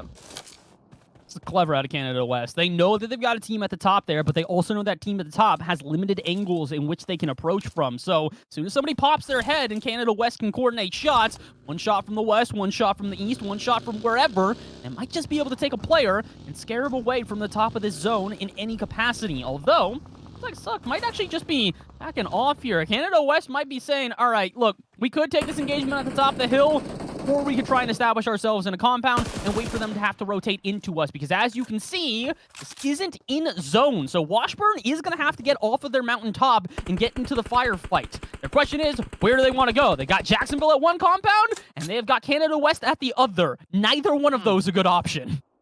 Yeah, it's going to be a very tough call to make at this point, especially seeing that the zone has shifted so aggressively over towards that eastern side. I mean, Chopsticks, that is going to be the major play, I think, for this point in time. Yes, it is a little bit more towards the eastern side of zone, but it is vacant, right? There's nobody currently occupying any of that. So the western front, I think, is going to be a big chokehold. Quite a bit of a funneling point for these teams now to get themselves situated back into this next phase. So the onus is going to be on Humber to try and defend the edge. I really do think Humber has the ability here. Speaking of defend the edge, we've also got a couple other teams that are starting to play for that south side of zone as well. We mentioned Manitoba not having a good game number 1. Game 2, they've got all of their players up, but they've got a lot of teams converging at that south side of the zone. And I think it could cause some problems as all 3 of them start to converge on the south side of Gatka. Really, every team starting to have problems, though. I don't think there's a single team that isn't in close proximity of another squad. Oh, I mean, but that is the danger of pulling up into these late few stages. We did see JP47 off in the distance. And of course, now Cerritos still to show us what they are going to be bringing onto this battlefield. I mean, Yogi, they've been able to secure themselves 2 eliminations so far. And there could be quite a few more on the horizon. But first, they need to get themselves much closer to that zone. Ooh, Manitoba looking like they might be kicking off the action here. I believe that's against either Valencia or Seneca A. And it feels like we've got a lot of pressure building, like we said, in the southern part of the zone as more players go down. Proton, one of our front runners from the semifinals, starting to show themselves as, here we go, Neutron even getting it involved. My goodness, more 4AB players dropping like flies. I think they've got a single one left, and this is why we said in game one, that was not the full version of Manitoba. We knew they had a lot left to show us. I mean, but that is exactly what we want to see from these teams. Just hold on to your seat. But what is the play going to be now? Neutron, good angle, good setup here. I like the spread, actually, right? You can see they do have a play off to the end there. I'm not quite sure if they're going to be able to pull that res off. Oh, they did? Still have 3. Well, they did. Yeah, there we go. Now, they can really now look to capitalize on this 2-2 split that they've got moving through onto the more interior side of the zone. Now, honestly, that is huge for them because, again, like we said, it's not just the fact that they are starting to get themselves involved in this action. It's the fact that they are also playing such a strategic game. Game one did not go in their favor, so what did they do? They backed off entirely and are recentering themselves. Now that they've recentered themselves, they are doing a good job at not only hitting their shots, but draining utility from other teams. Those health items going to slowly dwindle as Manitoba continues to just take pop shots at everyone around them. And as teams continue to drop out, Columbia, Vancouver, our third team to drop out of map number 2 here as we are down to only 13 remaining. Yeah, and I think there's going to be a lot of pressure, especially now onto a team like Seneca to defend. You know, that was the team that we saw off in the distance. But are they going to be able to hold true, though? In the meanwhile, it is going to be a very hot and heated player for Morris Randolph, as they do lose one player, potentially. I'm not quite sure if Jazz is going to look to follow through and maybe get an extra bit of confirmation secured. I mean, they didn't know Jas was there, so as they rotate into the compound where we once saw Manitoba, Jas goes, oh, this is my chance. He picks off one player, and then all of a sudden, that's the trigger necessary for everybody else to get involved. Good on Jas to slow the rotations of this team in front of them, and it could cause a lot of problems, but he's got to be careful. The last player up for his team means that if this team all of a sudden gets the reses up, turns around, they're going to go hunting. They're going to find him, and they will get that elimination, so they've got to play this carefully. St. Clair, not a single elimination confirmed. So again, it's great that he got those downs. It doesn't mean anything if he doesn't finish them off, though. Yeah, it's going to be a very, very tough play here for Jazz. Morris Randolph, though, they still have a 3-piece up. Oh, but Blade has been dropped to their knees. Now it's up to Trickster and Yod to see whether or not they can hold steady, hold strong. But Jazz could play a big, major upset at this point. Oh, but they've been spotted. The shots are in. A quick dip down into the ditch. But this could be that exact play to pull them all the way through. Jazz is playing this one so well. The strategy unparalleled here. And I don't know if they know that. They're just kind of snaking around the tunnels. 2 players around here. Jazz actually now going to have to hustle to get in the zone. I actually kind of feel like Jazz isn't going to do that, though. I think they just want the eliminations. I think they're sitting here going, all right, you know what? It would be great if I can continue, but I need to get some points for my team. And they've done exactly that at least 1 elimination. Now 2 confirmed. Jazz, I got to say, 0 to hero from the last player remaining to just messing with some other teams. You might go down and out, but you got a couple points before St. Clair said goodbye. Yeah, that was 0 to hero and back to 0 again. As unfortunately they fall out in the blue. The vehicle going up in a proof of smoke in Humber. Yes, indeed. They will get sent away. Now the pressure is going to continue as we look on towards the other St. Clair team that are going to be looking to hold nice and steady up on towards the edge of zone. Meanwhile, Seneca still caught out over towards the edge of the blue, and they're going to have a pretty tough time pushing forward. I will say, glad to see Seneca with all 4 of their players up, though. For a moment there, we were starting to see them drop and wondering if they were going to be able to recover after they got into that fight with Manitoba. The answer, an absolute yes, as they seem to be doing just fine at the moment here. The game is not done, and it still seems like Manitoba's in this one as well. Strange is not in this one any longer. He was completely picked off in the blink of an eye. I don't even know who got the elimination. Yeah, but that's the scary part about this game, right? If you can see someone, there's a very good chance that someone else can see you, and we just saw that one played out. But now it's going to be up to Psycho and the rest of the team there to get themselves resituated and maybe attempt a bit of a rescue. But it's going to be a very, very tall order. As you can see, that zone just getting smaller and smaller. St. Clair, though, is still going to be knocking on some doors as they look to push on forward. It is none other than Polytechnic just waiting on the opposite end. But St. Clair, they definitely want to find this one to pick up those points. St. Clair had a little bit of a lackluster game one, but we could tell that there was potential, and they're living up to it here in our second game. Washburn can't quite, as they are another team eliminated here. We're down to our top 7, where St. Clair continue to take names and numbers. Canada West looks for reprieve, looks for safety, and all they find is the barrel of St. Clair. Oh, that is unfortunate, but let's see if Banana can split this one wide open. Seneca, still a very, very challenging play that they have to pull off here. And of course, looking at the rest of the lobby, I mean, this is such an exceptionally tough one to play, because that next play is going to be pulling us even further down to the south, and nobody is currently situated in the zone. It looks like every team has kind of hugged the compounds at the edge of zone, and as you can look at the center, it's a barren wasteland of nothing, a desert in front of them. In Manitoba, they will not find themselves the Sahara within it. They will go down. We are down to only a couple teams remaining. Morris Randolph, I believe, the next team to also join them. And Cerritos, the first time we've seen them be vulnerable. They've had 4 players all game. Now with 1 down, they got to hustle. You want that numbers advantage. Oh, it's going to be tough. It is going to be a very, very hairy, scary approach. Uh-oh. But we still have Seneca holding on to one. Cerritos, I mean, they are the most aggressive team so far, sitting with those 6 eliminations to their name. But look at this. St. Clair now trying to clear out the last little bit of opposition they've got as they now climb all the way up onto 8 eliminations. Polytechnic get on taken down. It is up to the final 3 teams to just kind of settle the differences for this winner chicken dinner. St. Clair have been playing this one perfectly. They've been one of the only teams to actually have buildings to play off of, and they've done it perfectly after teams rush to them for reprieve, look for a safety inside of this compound. Everyone that approaches them is dropped quickly. St. Clair with a defense unparalleled. And now it gets to the point where nobody's going to have any cover. Slink through the grass, ladies and gentlemen. Try to find yourself some sort of way through, because it looks like it's go time for all of our teams. Yeah, Next is going to have a very, very tough time with the damage coming through from the blue. Just manages to pull a quick one off, but they still have not yet found themselves up into zone. Ooh, just barely makes it, and off they go as they get zeroed out by nil. And now it is down to the final 2 teams. Of course, it's going to be Cerritos and St. Clair fighting for the winner chicken dinner. And it just kind of feels like St. Clair have had the advantage the whole time, but Cerritos have done a good job. They were our front runners coming into these last couple of zones, but as soon as their players got picked off, the numbers advantage went away from them, from 4 down to 2. St. Clair technically at the advantage with 3 of their players remaining, and honestly, more cover to work with. Cerritos is out in the middle of this open field. St. Clair have got bushes and trees to hide behind. And it's these type of moments where it really shows, can you hit your shots when they count? When a head pops up, when someone goes from prone to crouching, can you take them down in the blink of an eye? Kind of feels like just a game of chicken. Not winner, chicken dinner, but a chicken game of you pop up first. No, you pop up first. Or you spot them out first. Nil catches Shake out of nowhere and sends them packing. Oh, there we go. A quick finish coming through from Yogi. Love the teamwork. But now it is going to be a shakedown, right? A 2v2. Both teams sitting with 8 eliminations to their name. Banana gets up. Oh, that could be a very big mistake. No, but there we have it. The hole is hit, and that is it.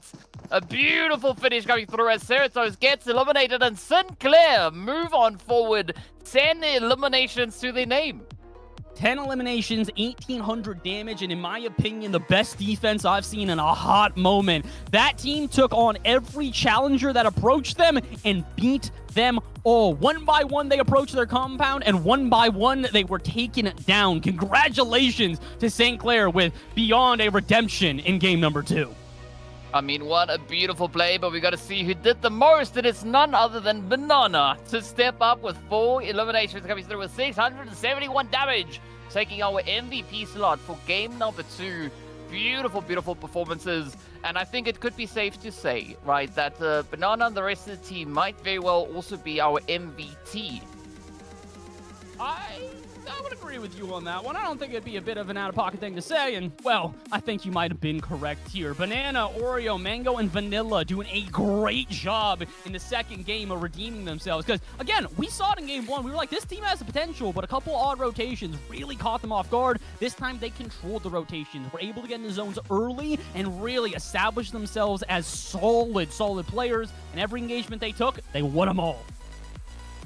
Well, I mean, I think it's safe to say that they came into this game looking to shake things up, right? It's in their name, so they did an exceptional job with that. Of course, our top 3 performers for this game, as you can see here, it's Banana, it's Oreo, and then we got to add in a little bit of Yogi in between to just top it all off.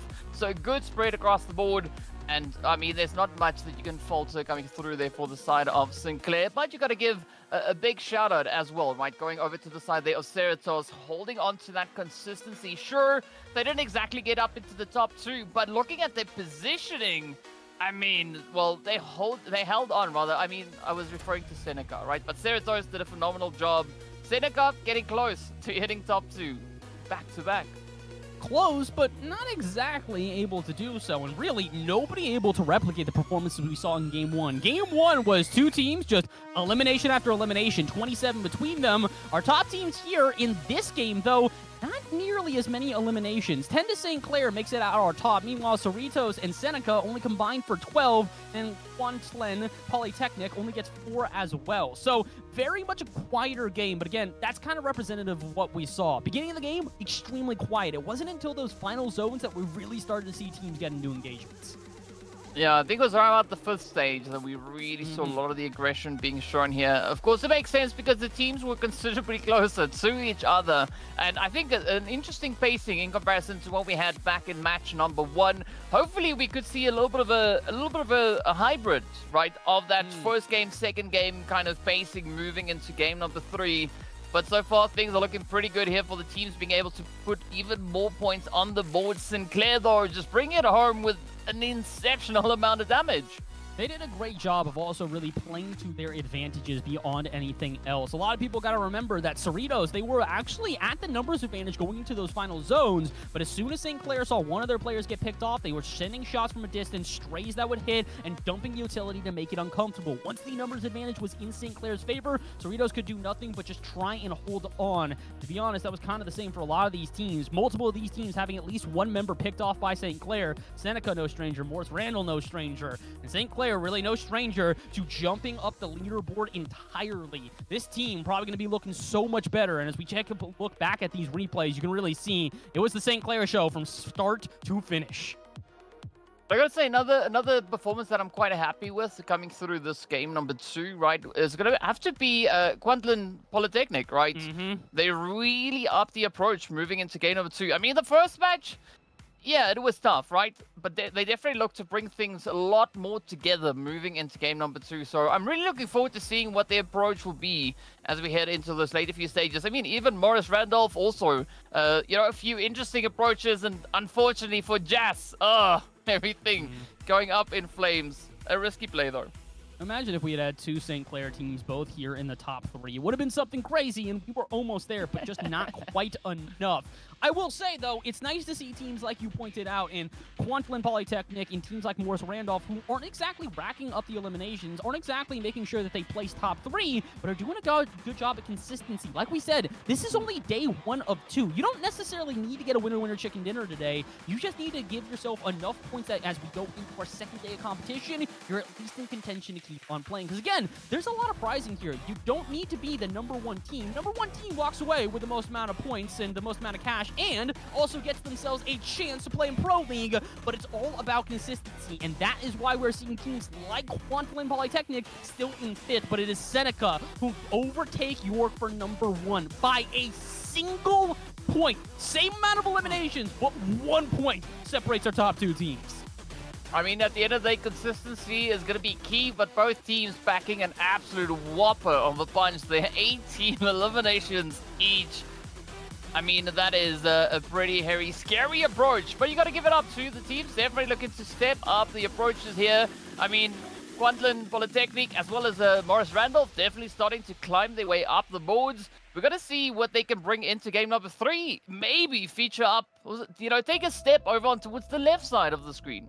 I mean, they kind of got it at this point. I'm not going to say that they're too far out of it at this point, but it definitely kind of feels like these teams are still playing catch-up to some of our top teams. I want to see them contest them. I want to see them get into a fight, and we're going to have to see that on Vikendi. We've got one last map here for the day, DK, and then we will be halfway through our campus championship here for our second one of, well, not second one of the year, but second one for you and I doing together. We've done summer, we've done fall, and guess what?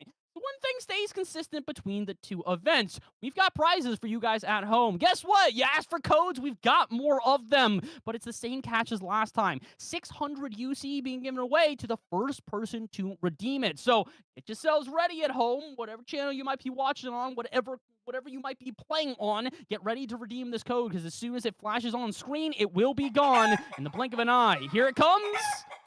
There it goes. First person to redeem that code, 600 UC in-game. You can spend it whatever you like. You can do with it whatever you like, but all you can do is redeem it right now, because it is gone. Only a single flash, pause the game, take a screenshot, whatever you gotta do, because we gotta thank all of the people who make this possible. Again, DK, we are not here alone. PUBG Mobile Campus Championship is brought to you by a lot of different people, so we gotta make sure that we thank them all.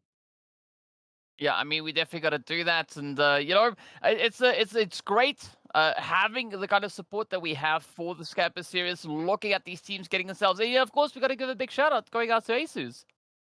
Gotta thank all of our friends over at not just ASUS, but also thank our friends over at PMCC and Uconnect, because they're teaming up with ASUS to give away a brand new ROG Phone 7 and ROG Kunai 3 gamepad. Scan the QR code for more details. That QR code in the top right will be there for a couple of moments. Grab your phone, maybe grab your ROG Phone 7, take a quick little scan and see if you can maybe win some extra prizes. DK, I know you're a big fan of the ASUS guys. They got a lot of cool products. Oh yes, definitely love me some of that. I mean, I think I would be very, very happy if I had one of these. Unfortunately, I can't enter the giveaway. You know, just because I don't think it'd be fair, because you know how it works with me and giveaways. The moment I enter, I immediately win. So, you know, I like keeping things fair. I'm the complete opposite. I think I've won one giveaway for some sticks of RAM, and that's pretty much all I have ever won. But we've got some winners here today. We've had two winner chicken dinners that have been completely different. It has been St. Clair and York College to take our first two wins of the day. We've got one last one around the corner. Like we said, when we return, it's time to get your winter coats on. We're heading over to Vikendi, and we're heading into our final map of the day. PUBG Mobile Campus Championships will be back in a moment. Do not go anywhere.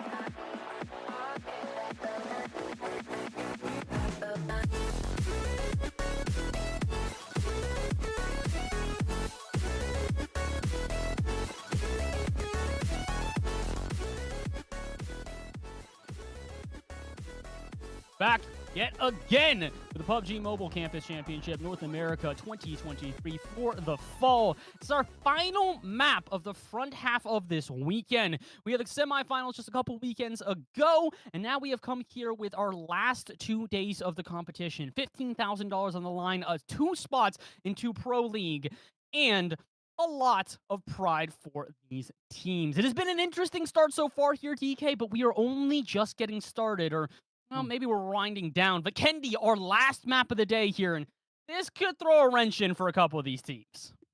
It could definitely throw quite a bit of a wrench in, but, you know, take into consideration that there's 2 slots into the Pro League qualifiers. I mean, that could be a huge opportunity for any of these teams. And I'm curious to see actually who will be those teams to make it come tomorrow's final few matches, right? Because, I mean, we've been seeing so many teams with a lot of potential step up just in these past 2 games. And it's all going to boil down to the last one here to end off the first day of the grand finals. And I don't even know who we have that could potentially be our taker for the winner chicken dinner, because, I mean, it's been a back and forth. Game 1 and Game 2, we had different winners. Not only do we have different winners, we had different front-running teams at that. Game 1 was more or less the York and Seneca show.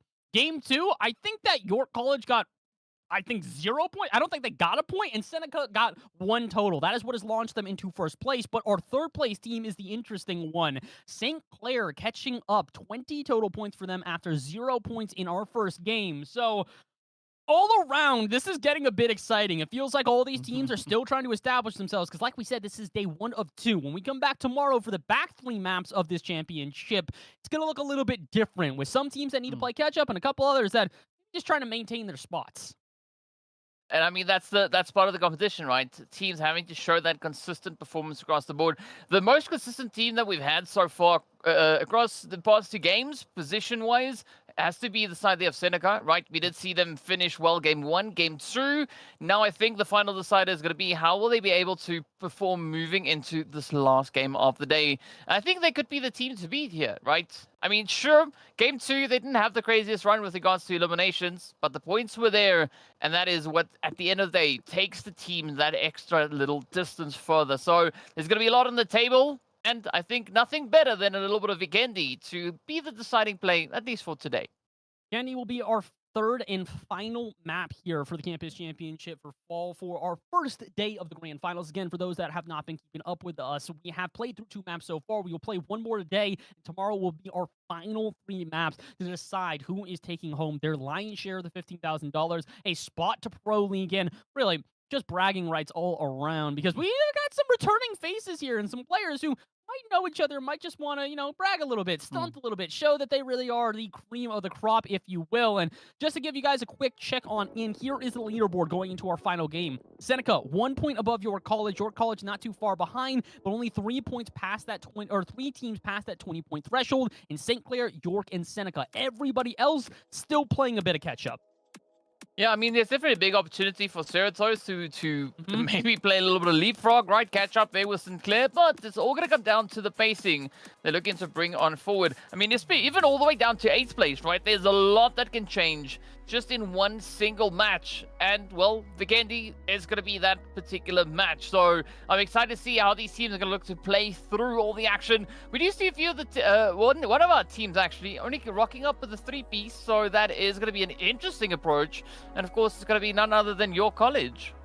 Oh, York got to be careful here. Definitely feels like some of these teams do not want to end this day in a poor way. They need to make sure they are staying established. They need to make sure that they are playing to the best of their abilities. And Vikendi, it's going to take no prisoners. This cold map will freeze you if you stand still. It feels like many of these teams are starting to get a bit too complacent. I need to see the action. I need to see them ready for our final map of the day.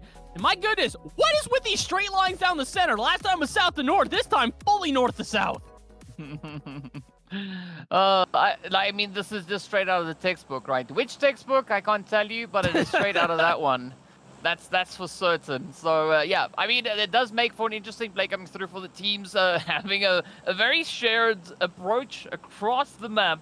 I mean, calling things even, I think this is, pretty much as even as you can find it, at least for the time being. But I think, especially looking at Vikendi, that first zone is going to be the interesting one, because sometimes Vikendi goes on a bit of a tangent, right? Throws a bit of an aggressive shift.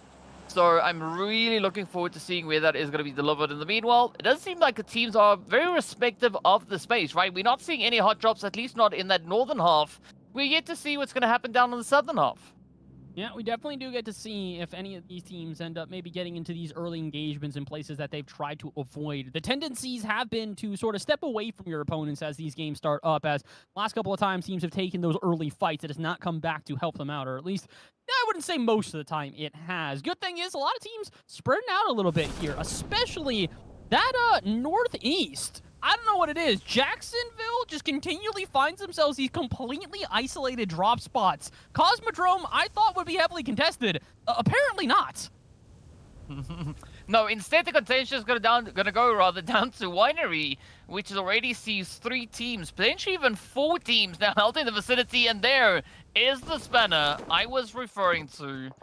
A half and half, right? 50% water, 50% land, and no one in Vihar or Muvatra. But we could maybe still see a lot of rotations now coming through, especially looking at Valencia. I mean, they are the closest team that we have to Muvatra. I have so many questions at the moment as I look at this. This is the harshest pull we have had. We have had a couple of pretty harsh pulls through these campus championships. I remember, I think it was our final map on, I want to say Miramar in our first campus championship that pulled about as west as we were seeing here. Unique to see it on Vikendi. This is going to be a problem for almost every team here. I said, Jacksonville, congratulations on a far zone pull. Maybe not. This is going to be a problem for them rotating in. I mean, this essentially turns Vikendi into a little bit of that Sanok action. So, yeah, this is going to be a lot of excitement. But as I said before, this is nothing out of the ordinary when it comes to the map of Vikendi. It does throw these hard shifts, especially in that initial phase. We could see around about phase 5, the zone may be coming to its senses, pulling back onto dry land. But I have seen it. When it starts like this, pull all the way out into the water. Like, all the way out into the water, right? Not a bit of dry land in sight. So, I'm hoping at least for the teams that is not going to be the play they'll be having this time around. I gotta hope so for them, but we'll have to find out. It seems like this game's just starting a little bit slow. We've had, I think, maybe 1 elimination. Yeah, York College, you're finding an early pick, and I believe it was Lambton. And looks like York did get all 4 of their players in, so this will be good for them. They've got their full squad. They are ready to go. We've seen what can happen when this York team is coordinated. They are absolutely silent killers. These guys are so good finding eliminations at the perfect moments. They're hunting for them early here. My goodness, they are surrounded by another team. They know somebody else is here. They just can't find them. I mean, that is going to be a little bit of a tough one. As well, York, they need to find these answers, right? They need to establish how they're gonna look to push through this one. We did see Nabab already securing himself that first elimination. But you can see, not only do they have a team to their southeast, they also have another bit of contention held up on towards that northwestern side. So, yeah, this is going to be a very, very tough play. And we know that it is a Kwantlen Polytechnic that we see just situated up in towards that northwestern front. So, this is the opportunity. Chances there. Chances there for a lot of teams, though. Still feels like not many of the chances being taken, though. Again, we're talking about rotations. Need to be a little bit early here because this is going to continue to pull as western as possible. Meanwhile, I think the only team that's really established themselves within the circle is Seneca. And I don't think you and I need to harp upon how insanely advantageous that is for Seneca. A team that has already proven themselves to be extremely solid, lethal with every shot. The fact that they have got themselves now a vantage point to work with could be huge. Not as huge here for, I believe, Washburn, as looks like Valencia just getting some picks from a distance. They might have this team surrounded. Yeah, Canada West. They're going to have to try and get out of dodge. Or maybe just get themselves out of harm's way. I mean, already with the knock on towards Ja is going to allow a little bit more of an opportunity here for Canada West. It does alleviate quite a bit of the pressure that they were facing. But I think their response here is going to be absolutely crucial, right? Are we going to see them maybe fall victim to a little bit of a wraparound approach? Or will they be able to get their heck out of dodge and focus their position much further in towards that zone? Potentially, but at the moment doesn't exactly look like that. It kind of feels like a lot of teams kind of just going in between, if you will. Some of them escaping, some of them not, and that's kind of what we're seeing here as Canada West has two of their players leave, and they're going to have two of their players, escape just barely in the nick of time. Valencia looks like they are not going to make this push. They're going to play this one passively, and honestly not the worst idea, as we've seen very few eliminations so far. Even Kwantlen Polytechnic getting a couple eliminations, but they are our front runners at only 2, so it's a very passive start here. Not too surprising, but my goodness, I expected at least a little bit more. Well, I mean, this is a very respectable play coming through from Valencia, right? Realizing that this is not the time nor the place to get into a full-on fight, right? Instead, play it a little bit more strategically. Disengage from the fight, prioritize your positioning, and then, once you are in a position that you know you can defend off of, then get down to business and see how difficult you can make it for the opposing teams, or maybe even just the surrounding teams. But for the time being, there's a lot of movement happening across the map as the teams are starting to make their way on forward. We still have Lambden, as well as the players coming through there from York College, situated all the way over into Hot Springs, so nothing really too much coming from that fight, as we can see up on the map. But yeah, I'm curious to see what is going to be brought in as this blue zone is going to start to close up on the teams. This is very much a lot of theorizing right now. We want to try and predict where teams are moving, but they've been so hesitant to rush into zone that I really could not guess if I tried. We'll say, surprising to see the Seneca College team kind of move a bit further south rather than staying by Dobro Mesto in the north, where they kind of had it completely in control. That's kind of the issue here, is so many teams making these rotations now as the zone closes rather than being advantageous and getting there ahead of time. It's a little bit scary, but it'll work out in the advantage of a couple of different teams here, as it does seem like the Great Migration has officially started. Even teams moving out of Dobro Mesto. I'm looking at St. Clair Saints, and they're now trying to get on the action here in the Springs. Yeah, I mean, but you got to look at that rotation that we saw come through from Seneca, right? They started up in Dobro Mesto. They've now moved up into Wood Center Zone. They've already found themselves a little bit of there onto St. Clair B, or aka the Rude Boys, the Rude Dudes, rather. So that is what we can see coming through, as Manny has been brought to their knees. But this opens up the opportunity then for Sinclair A to come through with a bit of a rush and come in with that third-party pressure. Pressure is on here, but how many teams are going to be able to withstand it? St. Clair barely standing at this moment, as got themselves into an interesting fight. Manny play this one a bit further back. Whitebeard's right on the lines, and they've got Jas in front of them. Do they want to try and take this fight continually, as Canada West has the advantage from a distance, long range, firing downfield. There goes one of their players. Not going to be out of this one, so can Suck do something to make up for it. Kind of feels like these are two teams waiting for the initial combat here. Both of them are saying, hey, you go. Neither one of them making the first move. Well, this could be a little bit of cleanup now coming through from Canada West. They are going to be looking to maybe pick up a little bit of something. Sinclair, though, are going to be looking to just get the heck out of Dodge, as they do find a great opportunity to break away and just reinforce their whole situation back into the compounds. This is smart of them. Really just disengage, grab a couple of supplies, heal back on up, and then maybe get ready for the fight eventually, because they know it's going to have to come at some point. The zone getting too hotly contested. A lot of teams playing very, very central to the zone, rather than playing north of Dobromesto or going down to Dino Park. It feels like everybody, this one, somewhere in between. Again, we talked about it. You needed that balance between passivity and aggressiveness, and I think teams are starting to find that. For better or for worse, though. Looks like we just had 2 players go down from that St. Clair A team. They got to be careful. Them going down early after a winner chicken dinner in the last match would not help them out for their finishing of this weekend.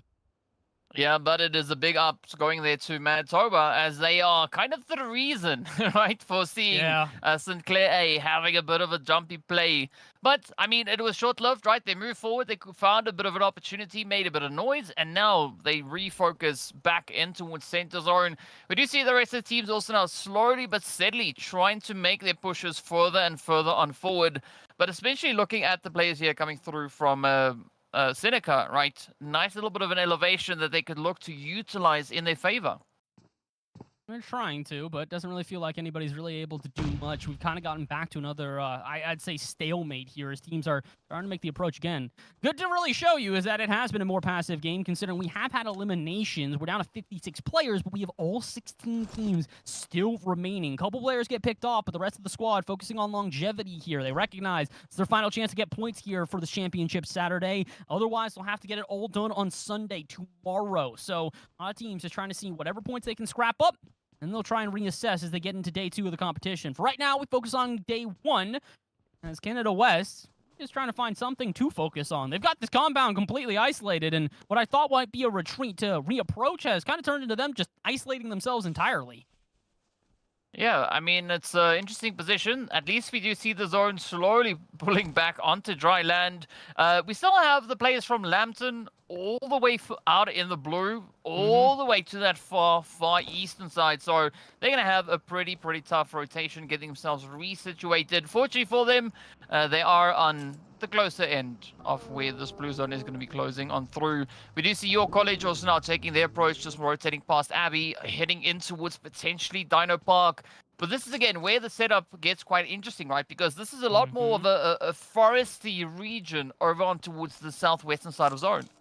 And they've got a lot of different cover to work with, not just necessarily the buildings around them, but the natural cover that they can really use to their advantage, especially some of the teams that might be approaching some of these hills and trying to take a height advantage to them. Columbia, Vancouver, no advantage here as they are gunned down as they drive by, and that is not great for them. 1 player down, 2 players down, almost. This could be a problem. Vancouver biting off more than they can chew. They've got to retreat. Ooh, but the pressure is going to be on. This could be the play, though. Oh, Ego is going to be feeling this thing, but what a setup coming through here from Washburn. Now is the opportunity up on the roof. Love the elevation, but is that going to cause the needed carnage to get the jump moving forward onto Vancouver? This is so smart out of Washburn, though. They knew that they were going to have teams rotating into this compound on the edge of the map, and as soon as they heard the vehicles drive by from Vancouver, they did not miss their shots. That's 2 players down, 1 fully eliminated. It's down to Dark by themselves. Util dump's not a bad idea, and it will catch 1 player, and all of a sudden, it's a 2v1. They play this right. This could be a huge turnaround for Vancouver. Yep, the opportunity is definitely there, but this is a great play coming through from Dark, just helping to alleviate a little of that pressure so they can get the res on forward. And now, the utility is going to be thrown in their direction. Man now also just trying to bring in a bit of an upset. But as you can see, right, Vancouver, they're not going to sit around. They are instead going to be looking to get themselves out of harm's way and a little bit better situated. Unfortunately for them, though, it's going to be at the cost of, I was going to say one of their players. Never mind. Ego actually finding a way to dip not only on out of the fight, but find a different compound for them to work with. So, not the greatest situation there for everybody, but it definitely feels like Vancouver still got away with a little bit of an upside there, even if it is just the silver lining within a very, very dark and thunderous cloud. So, we'll take it at this point. It doesn't necessarily mean it's going to change it up, though, because, again, there's been a lot of longevity in this game. Teams still losing players individually, but we are still at 16 total teams here in our 3rd game. Yeah, I mean, we've seen a lot of casualties, but no single team has really been backed up all too much.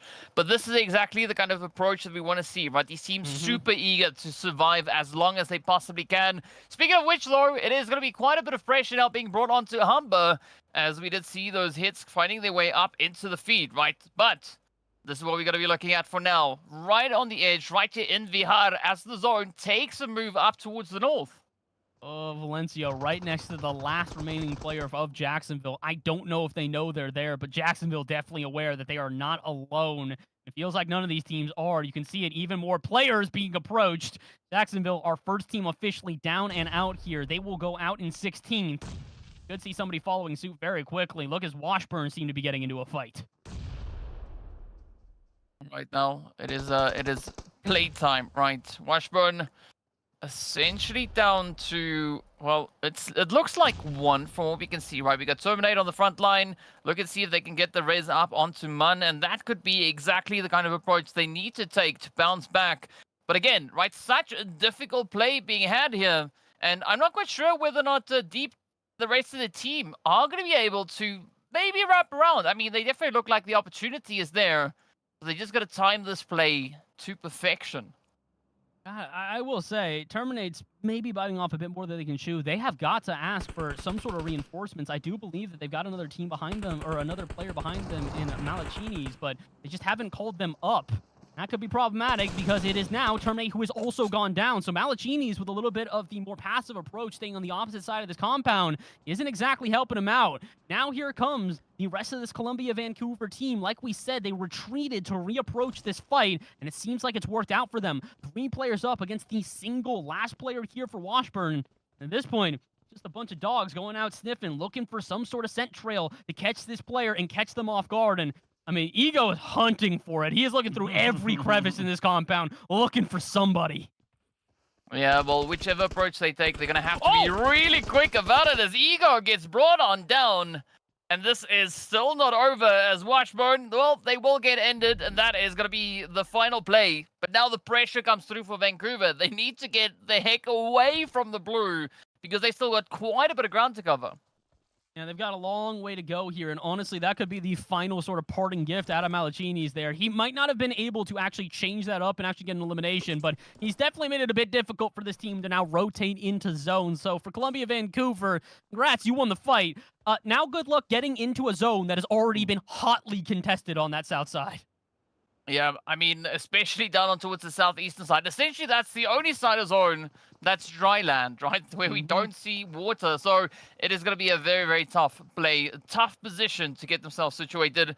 Looking a little bit further back up, closer towards center zone, you can see the whole situation not looking very, very, well, favorable for anybody at this point in time, right? Humber, they've got a good setup, very centered up.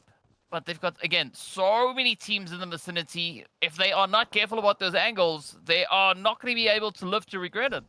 Yeah, it definitely just kind of feels like a lot of these teams are holding up in complexes and kind of waiting for somebody else to push them. The issue is that when everybody's got that approach, basically means that we're going to stay in a stalemate here until eventually the zone moves, and it'll force teams to approach each other. Good example, Humber here, they're only got 1 elimination, and they've got a player gone, so why would they leave this compound? They know they've got teams in every single direction of them, and as you guys can see from this aerial shot, look how many teams in close succession. A couple of stragglers remaining there from what I believe is Quantel Polytechnic on the left side. I'm not 100% on that, but I know Humber's there, I know Seneca's there, and even there at the south part of your screen right now, Manitoba lurking around. That is 4 teams in very close vicinity, so this is what we're talking about. Nobody has to leave their compound, nobody has to get into their fights. They're just waiting until the zone either pulls over them and lets them camp further, or pulls away from them and forces their hand. Well, remember, it's a strategic delayed rotation. Yep. Right. That's a fancy way of saying camping. But yeah, we'll see what these teams are going to be doing. Manitoba's still going to be holding nice and steady. I like the fact that we are so close here to Muvatra. But again, right, it's not exactly a city. It is a little town. But it could also result in a very, very challenging play for quite a few of our teams, with the addition of Vihar just being over towards the western front. I mean, I'm especially going to be looking over towards St. Clair that we have situated on that western front, right? They're yet to fully commit to a position moving forward. Of course, St. Clair A, as we are referring to here. So, yeah, I'm going to be looking to see what kind of play they will have for us. Sounds like we got some shots shooting from a distance, so maybe some of the teams that don't want to leave their compounds are at least up to take a couple of sniper shots from at least a distance out. The knocks can be good, but I don't know if it's necessarily going to do anything because nobody really wants to follow up on getting a knock on a player. Nobody wants to rush out of their compound and rush in to try and finish off the job. And again, I cannot blame them. Look how close we are. You literally go across that one teeny little bridge if you are Sheridan, and you're in for a world of hurt. And really, that's the kind of common theme for all of the teams right now. Nobody wants to be the one to make that first move. It is about passivity beyond compare here. And honestly, I wonder what's going to be that sort of spark, that trigger that sets everything on fire and gets everybody going. Because, man, I'm buzzing with anticipation here. I know as soon as this next circle closes, we got something coming. I mean, this is going to be a very, very interesting one as the zone does take us a little bit more over towards that eastern side, centering up beautifully on York, right? They are going to be smiling.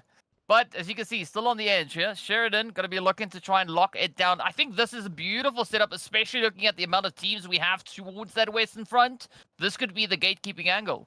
This is huge for Sheridan here. They have found themselves really just on the very edge of the zone outside of Mavatra. And all the teams that were in Vihar now have to make that rotation over. That's a lot of teams, and those are big names as well. Valencia going to have to move in. Seneca and Manitoba now looking like they both might make the rotation in. That western side of the zone going to be hotly contested. Meanwhile, look at the St. Clair B team. Completely isolated at this small little compound at the north. They can kind of just hold on there for as long as they need to. There's multiple teams who are just on the edge of zone and got about as lucky as ever for where it is pulled. Yeah, and that could maybe be a bit of an approach to have even more success come through here. Both Seneca teams, or rather Sinclair teams, up towards the northern side as A now moves up behind B. So there could be quite a bit of a surprising play coming in on the edge. Still, nothing has really changed over on towards this western front. I mean, Humber still looking nice and comfortable. And this, of course, is going to be a bit of a situation all the way across the way there, right? Looking up towards the north. Oh, Sinclair A now losing a player as the utility starts to rain on down. And this is that turning point. You could see even more aggression coming through. And this is what we were warning about. As good as that North Porta zone is, it's a small complex. They're basically playing inside of a hut here and hoping that that'll be enough for them to survive this firefight. Guantel Polytechnic, I hate to tell you this, it's not exactly doing that. You're 2 players down, and yes, you are the current leaders here for eliminations, but as other teams drop, you will start to paint an even brighter target on your backs. And again, this is such close proximity. Quantlin has to be careful, because any util dump goes through one of these windows. That's GG's. Yeah, that is going to be a very unfortunate play if that does happen for them. Speaking about unfortunate, Seneca having a very, very tough spot out on the edge of zone. Now starting to try and run their way on forward. But again, this is where quite a bit of that gatekeeping play could be had, especially by Manitoba up ahead of them. Quantlin, though, is going to be feeling quite a bit of the heat, a little bit of the sting. As you can see, Seneca now, well, trying to make a little bit of something happen here. Rather, that's Humber trying to just oppose a few of these rotations. You can see it. Seneca trying to approach this town from one and Humber from the other. The good thing for Humber, though, is that their opponents kind of took most of the distraction. Seneca will have 2 players go down quickly. Doesn't look like Humber have gone unscathed, though. The first player to actually approach the compound gets gunned down in the middle in the blink of an eye. And St. Clair are going to join them. Another team eliminator. Our winner chicken dinner from map 2 will not repeat in map number 3. Oh, that is seeming to be a little bit of a trend here. In the meanwhile, Canada West trying to lay down the law. It's going to be Manitoba now feeling quite a bit of the heat. Yes, Proton has been dropped. Neutron trying to see if they can hold on. Oh, trying to gather a little bit of information. Going to try and be... I'm not quite sure. Was that a bit of a sacrificial lamb as Trickster steps up? That is going to be Morris Randolph now all the way up to 4 eliminations. They're doing a good job, and as Manitoba goes out, unfortunately, it is not going to be the best day for our Canadian friends, as, again, huge team in the qualifiers in the semifinals, not as big a team here today. They've had a bit of a quiet entrance into our campus championship finals.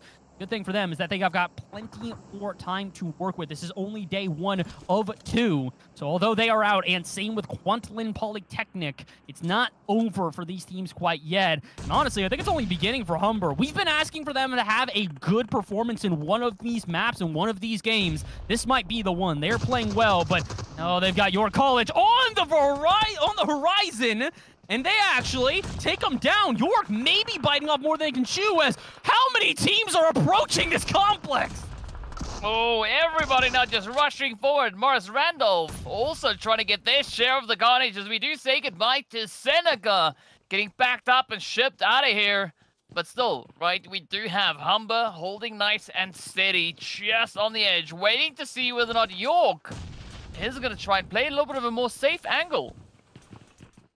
Honestly, at this point, York just has to try and survive and maybe not get eliminated by the util dump that they keep on seeing. Coco burning and will not survive, meaning there is only one player remaining here for York, and it's No Rev, who is going to be quick to try and get his teammates up. Good thing for him, it looks like Sheridan has now approached Humber, and Humber also has other teams from behind them. I think Canada West or Valencia is now approaching them as well. No, it's Morris Randolph, so everybody getting in the action. That's good, because York can get their other player back up.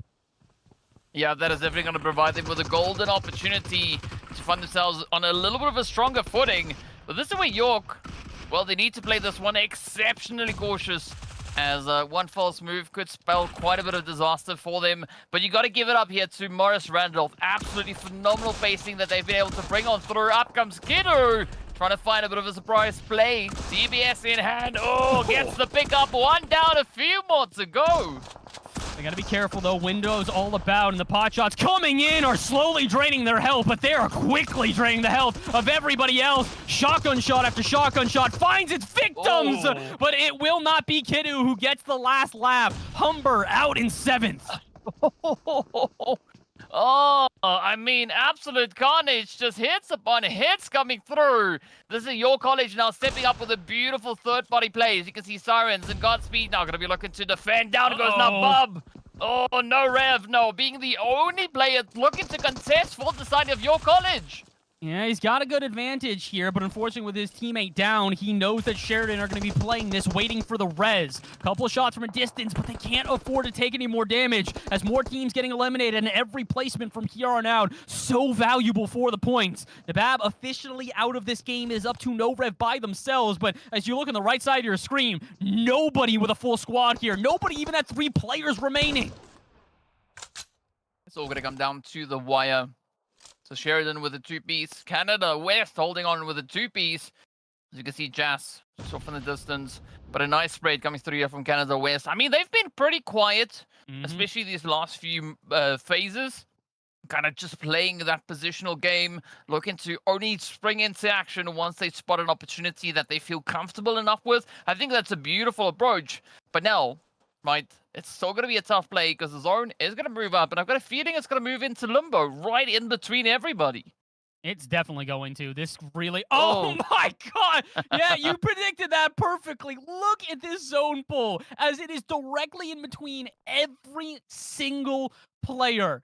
I don't know who makes the first move here, but I'm going to tell you this. You want to be the last one making the move. Definitely not the first.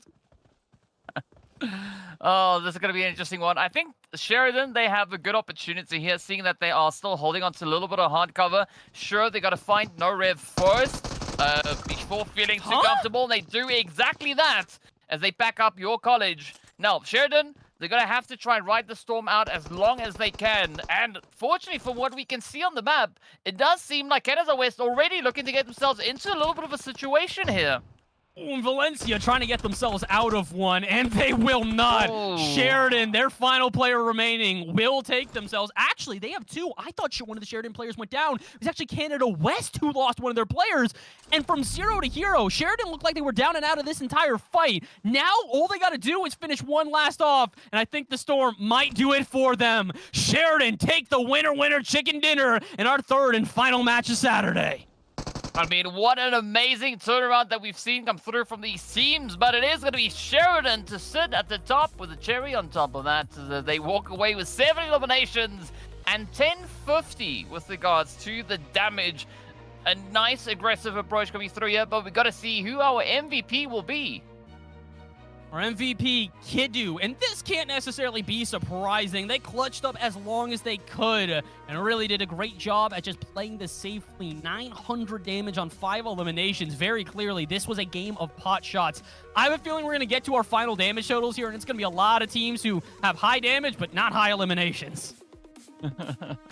Well, our MVP is going to be none other than Morris Randolph. What a beautiful comeback that they've been able to bring through. I mean, the pacing, game 1, game 2, game 3, finding themselves right here. Sure, they didn't exactly get that winner chicken dinner, but boy, they put quite a bit of an aggressive game forward.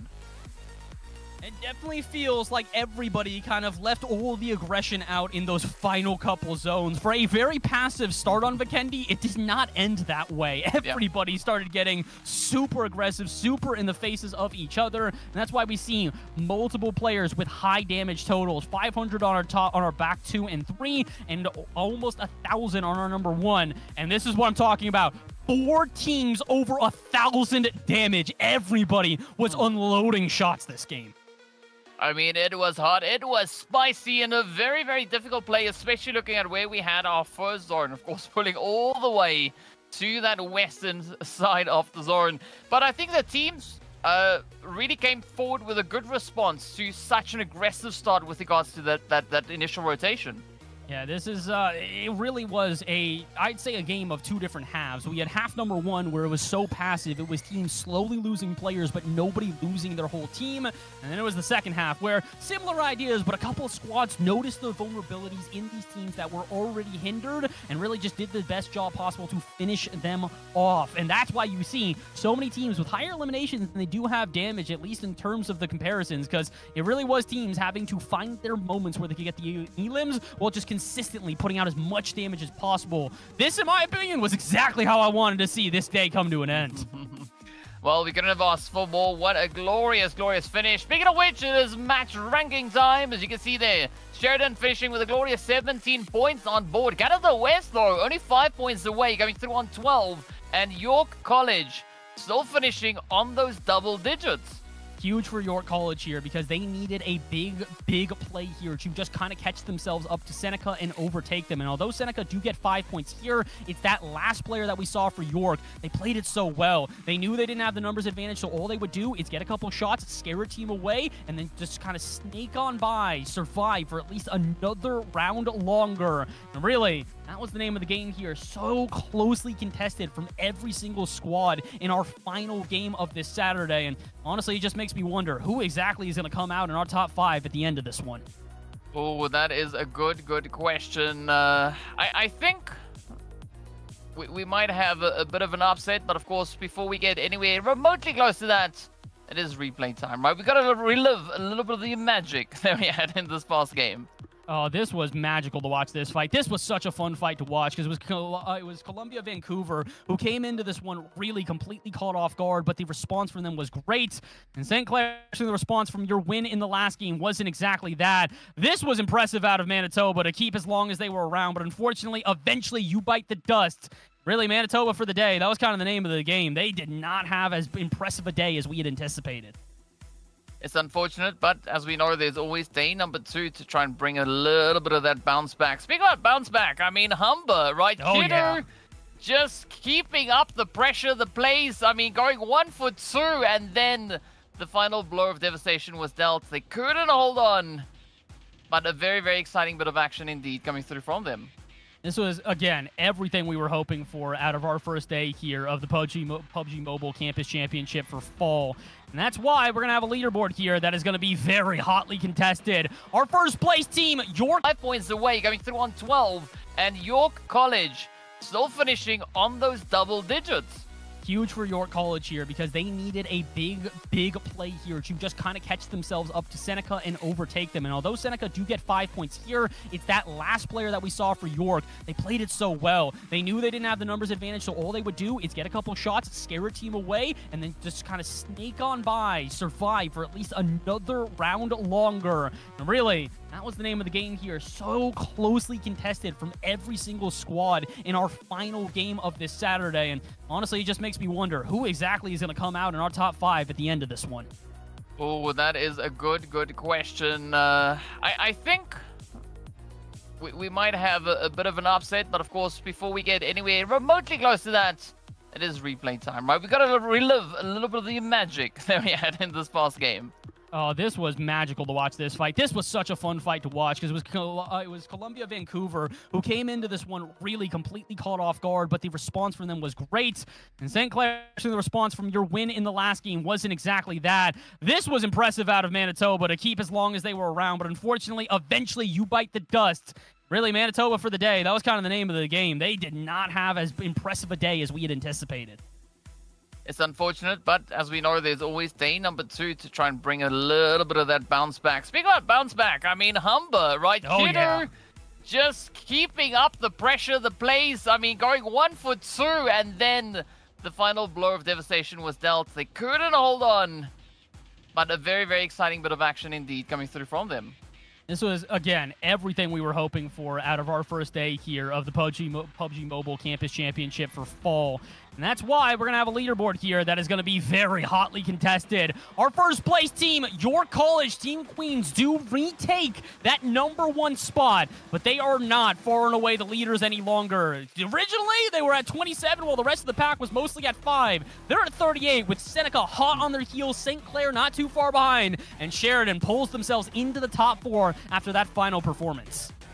I mean, especially looking at the top 4, right? If St. Clair and Sheridan are going to be focusing on aggression tomorrow, as opposed to, you know, the kind of focus that they were bringing in here today, it is going to be a very, very contentious day. But also, from what we saw on that right-hand side, no one is in too much of a comfortable position, right? They're really going to have to defend and potentially bring in the aggression coming into tomorrow's matches.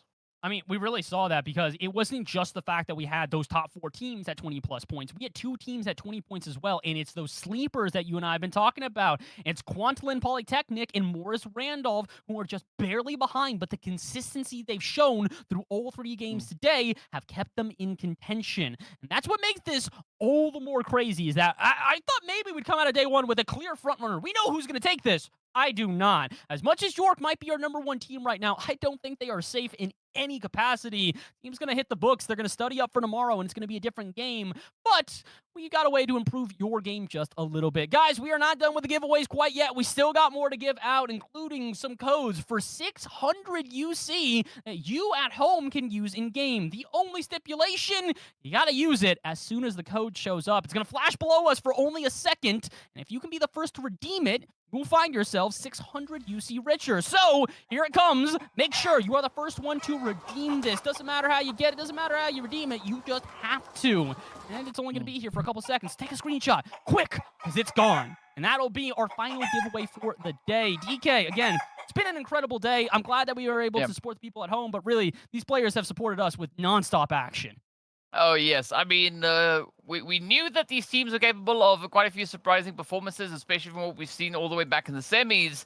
But, well, we weren't anticipating the kind of performance that we were seeing actually unfolding out on that battlefield. Yeah, really, we're not expecting that, but we can expect support from our friends at home over at ASUS. We want to thank them yet again for everything that's been going on here today. Huge shout out to PMCC and Uconnect, as they're teaming up with ASUS to give away a brand new ROG Phone 7 and an ROG Kunai 3 gamepad. All you guys have to do is scan the QR code in the top right for more details. Give it a quick scan, maybe with your ROG Phone 7 or whatever else. Make sure to enter into the giveaway, because huge shout out to Republic of Gamers, ASUS, PMCC, and Uconnect. Yeah, well, you got to get that gamer mode on, right? You got to take it to the next level. And an interesting thing that we saw in the video, right, where we had the ROG Phone 7, that little vent on the left-hand side of the phone, right? That little vent thing opens up, right? Wow. I mean, that was pretty... Well, that's obviously when you put the cooler on. But, I mean, how cool is that, though? I mean, I've seen cool phones, but I think that takes it an extra step further. I would agree with you on that one. It's cool to see that we've got so many of these updated ways to play. And if you guys want to be able to play, you might want to take some notes from the teams that we've seen so far here today, because that is the end of day #1 here for the PUBG Mobile Campus Championships for North America in fall 2023. It is only the front half of this competition, though. A couple weeks ago, we had our semifinals, which determined our 16 teams to compete here today and tomorrow. Those are our first 3 maps. We've got our other 3 coming up tomorrow, same time, same place. And DK, it'll be you and I again to break down all the action, because there was a lot to break down today. This was an insane day from all of our teams. Yeah, definitely a super, super exciting day coming through. Looking forward to seeing a potential change-up coming through from the teams that we have slightly bit lower down on that leaderboard. But I can tell you one thing, right? Tomorrow is going to be a very, very tough day of competition.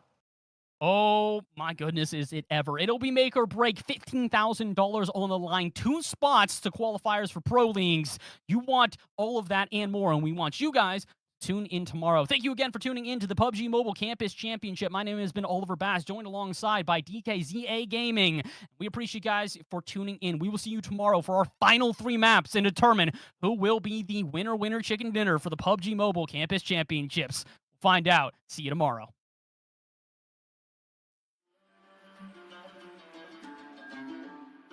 Follow up on my grind, follow up on my grind, follow up on my grind, follow up on my grind, follow up on my grind, follow up on my grind, follow up on my grind, follow up on my grind, follow up on my grind, follow up on my grind. I'm taking you now. Follow up on my grind, follow up on my grind.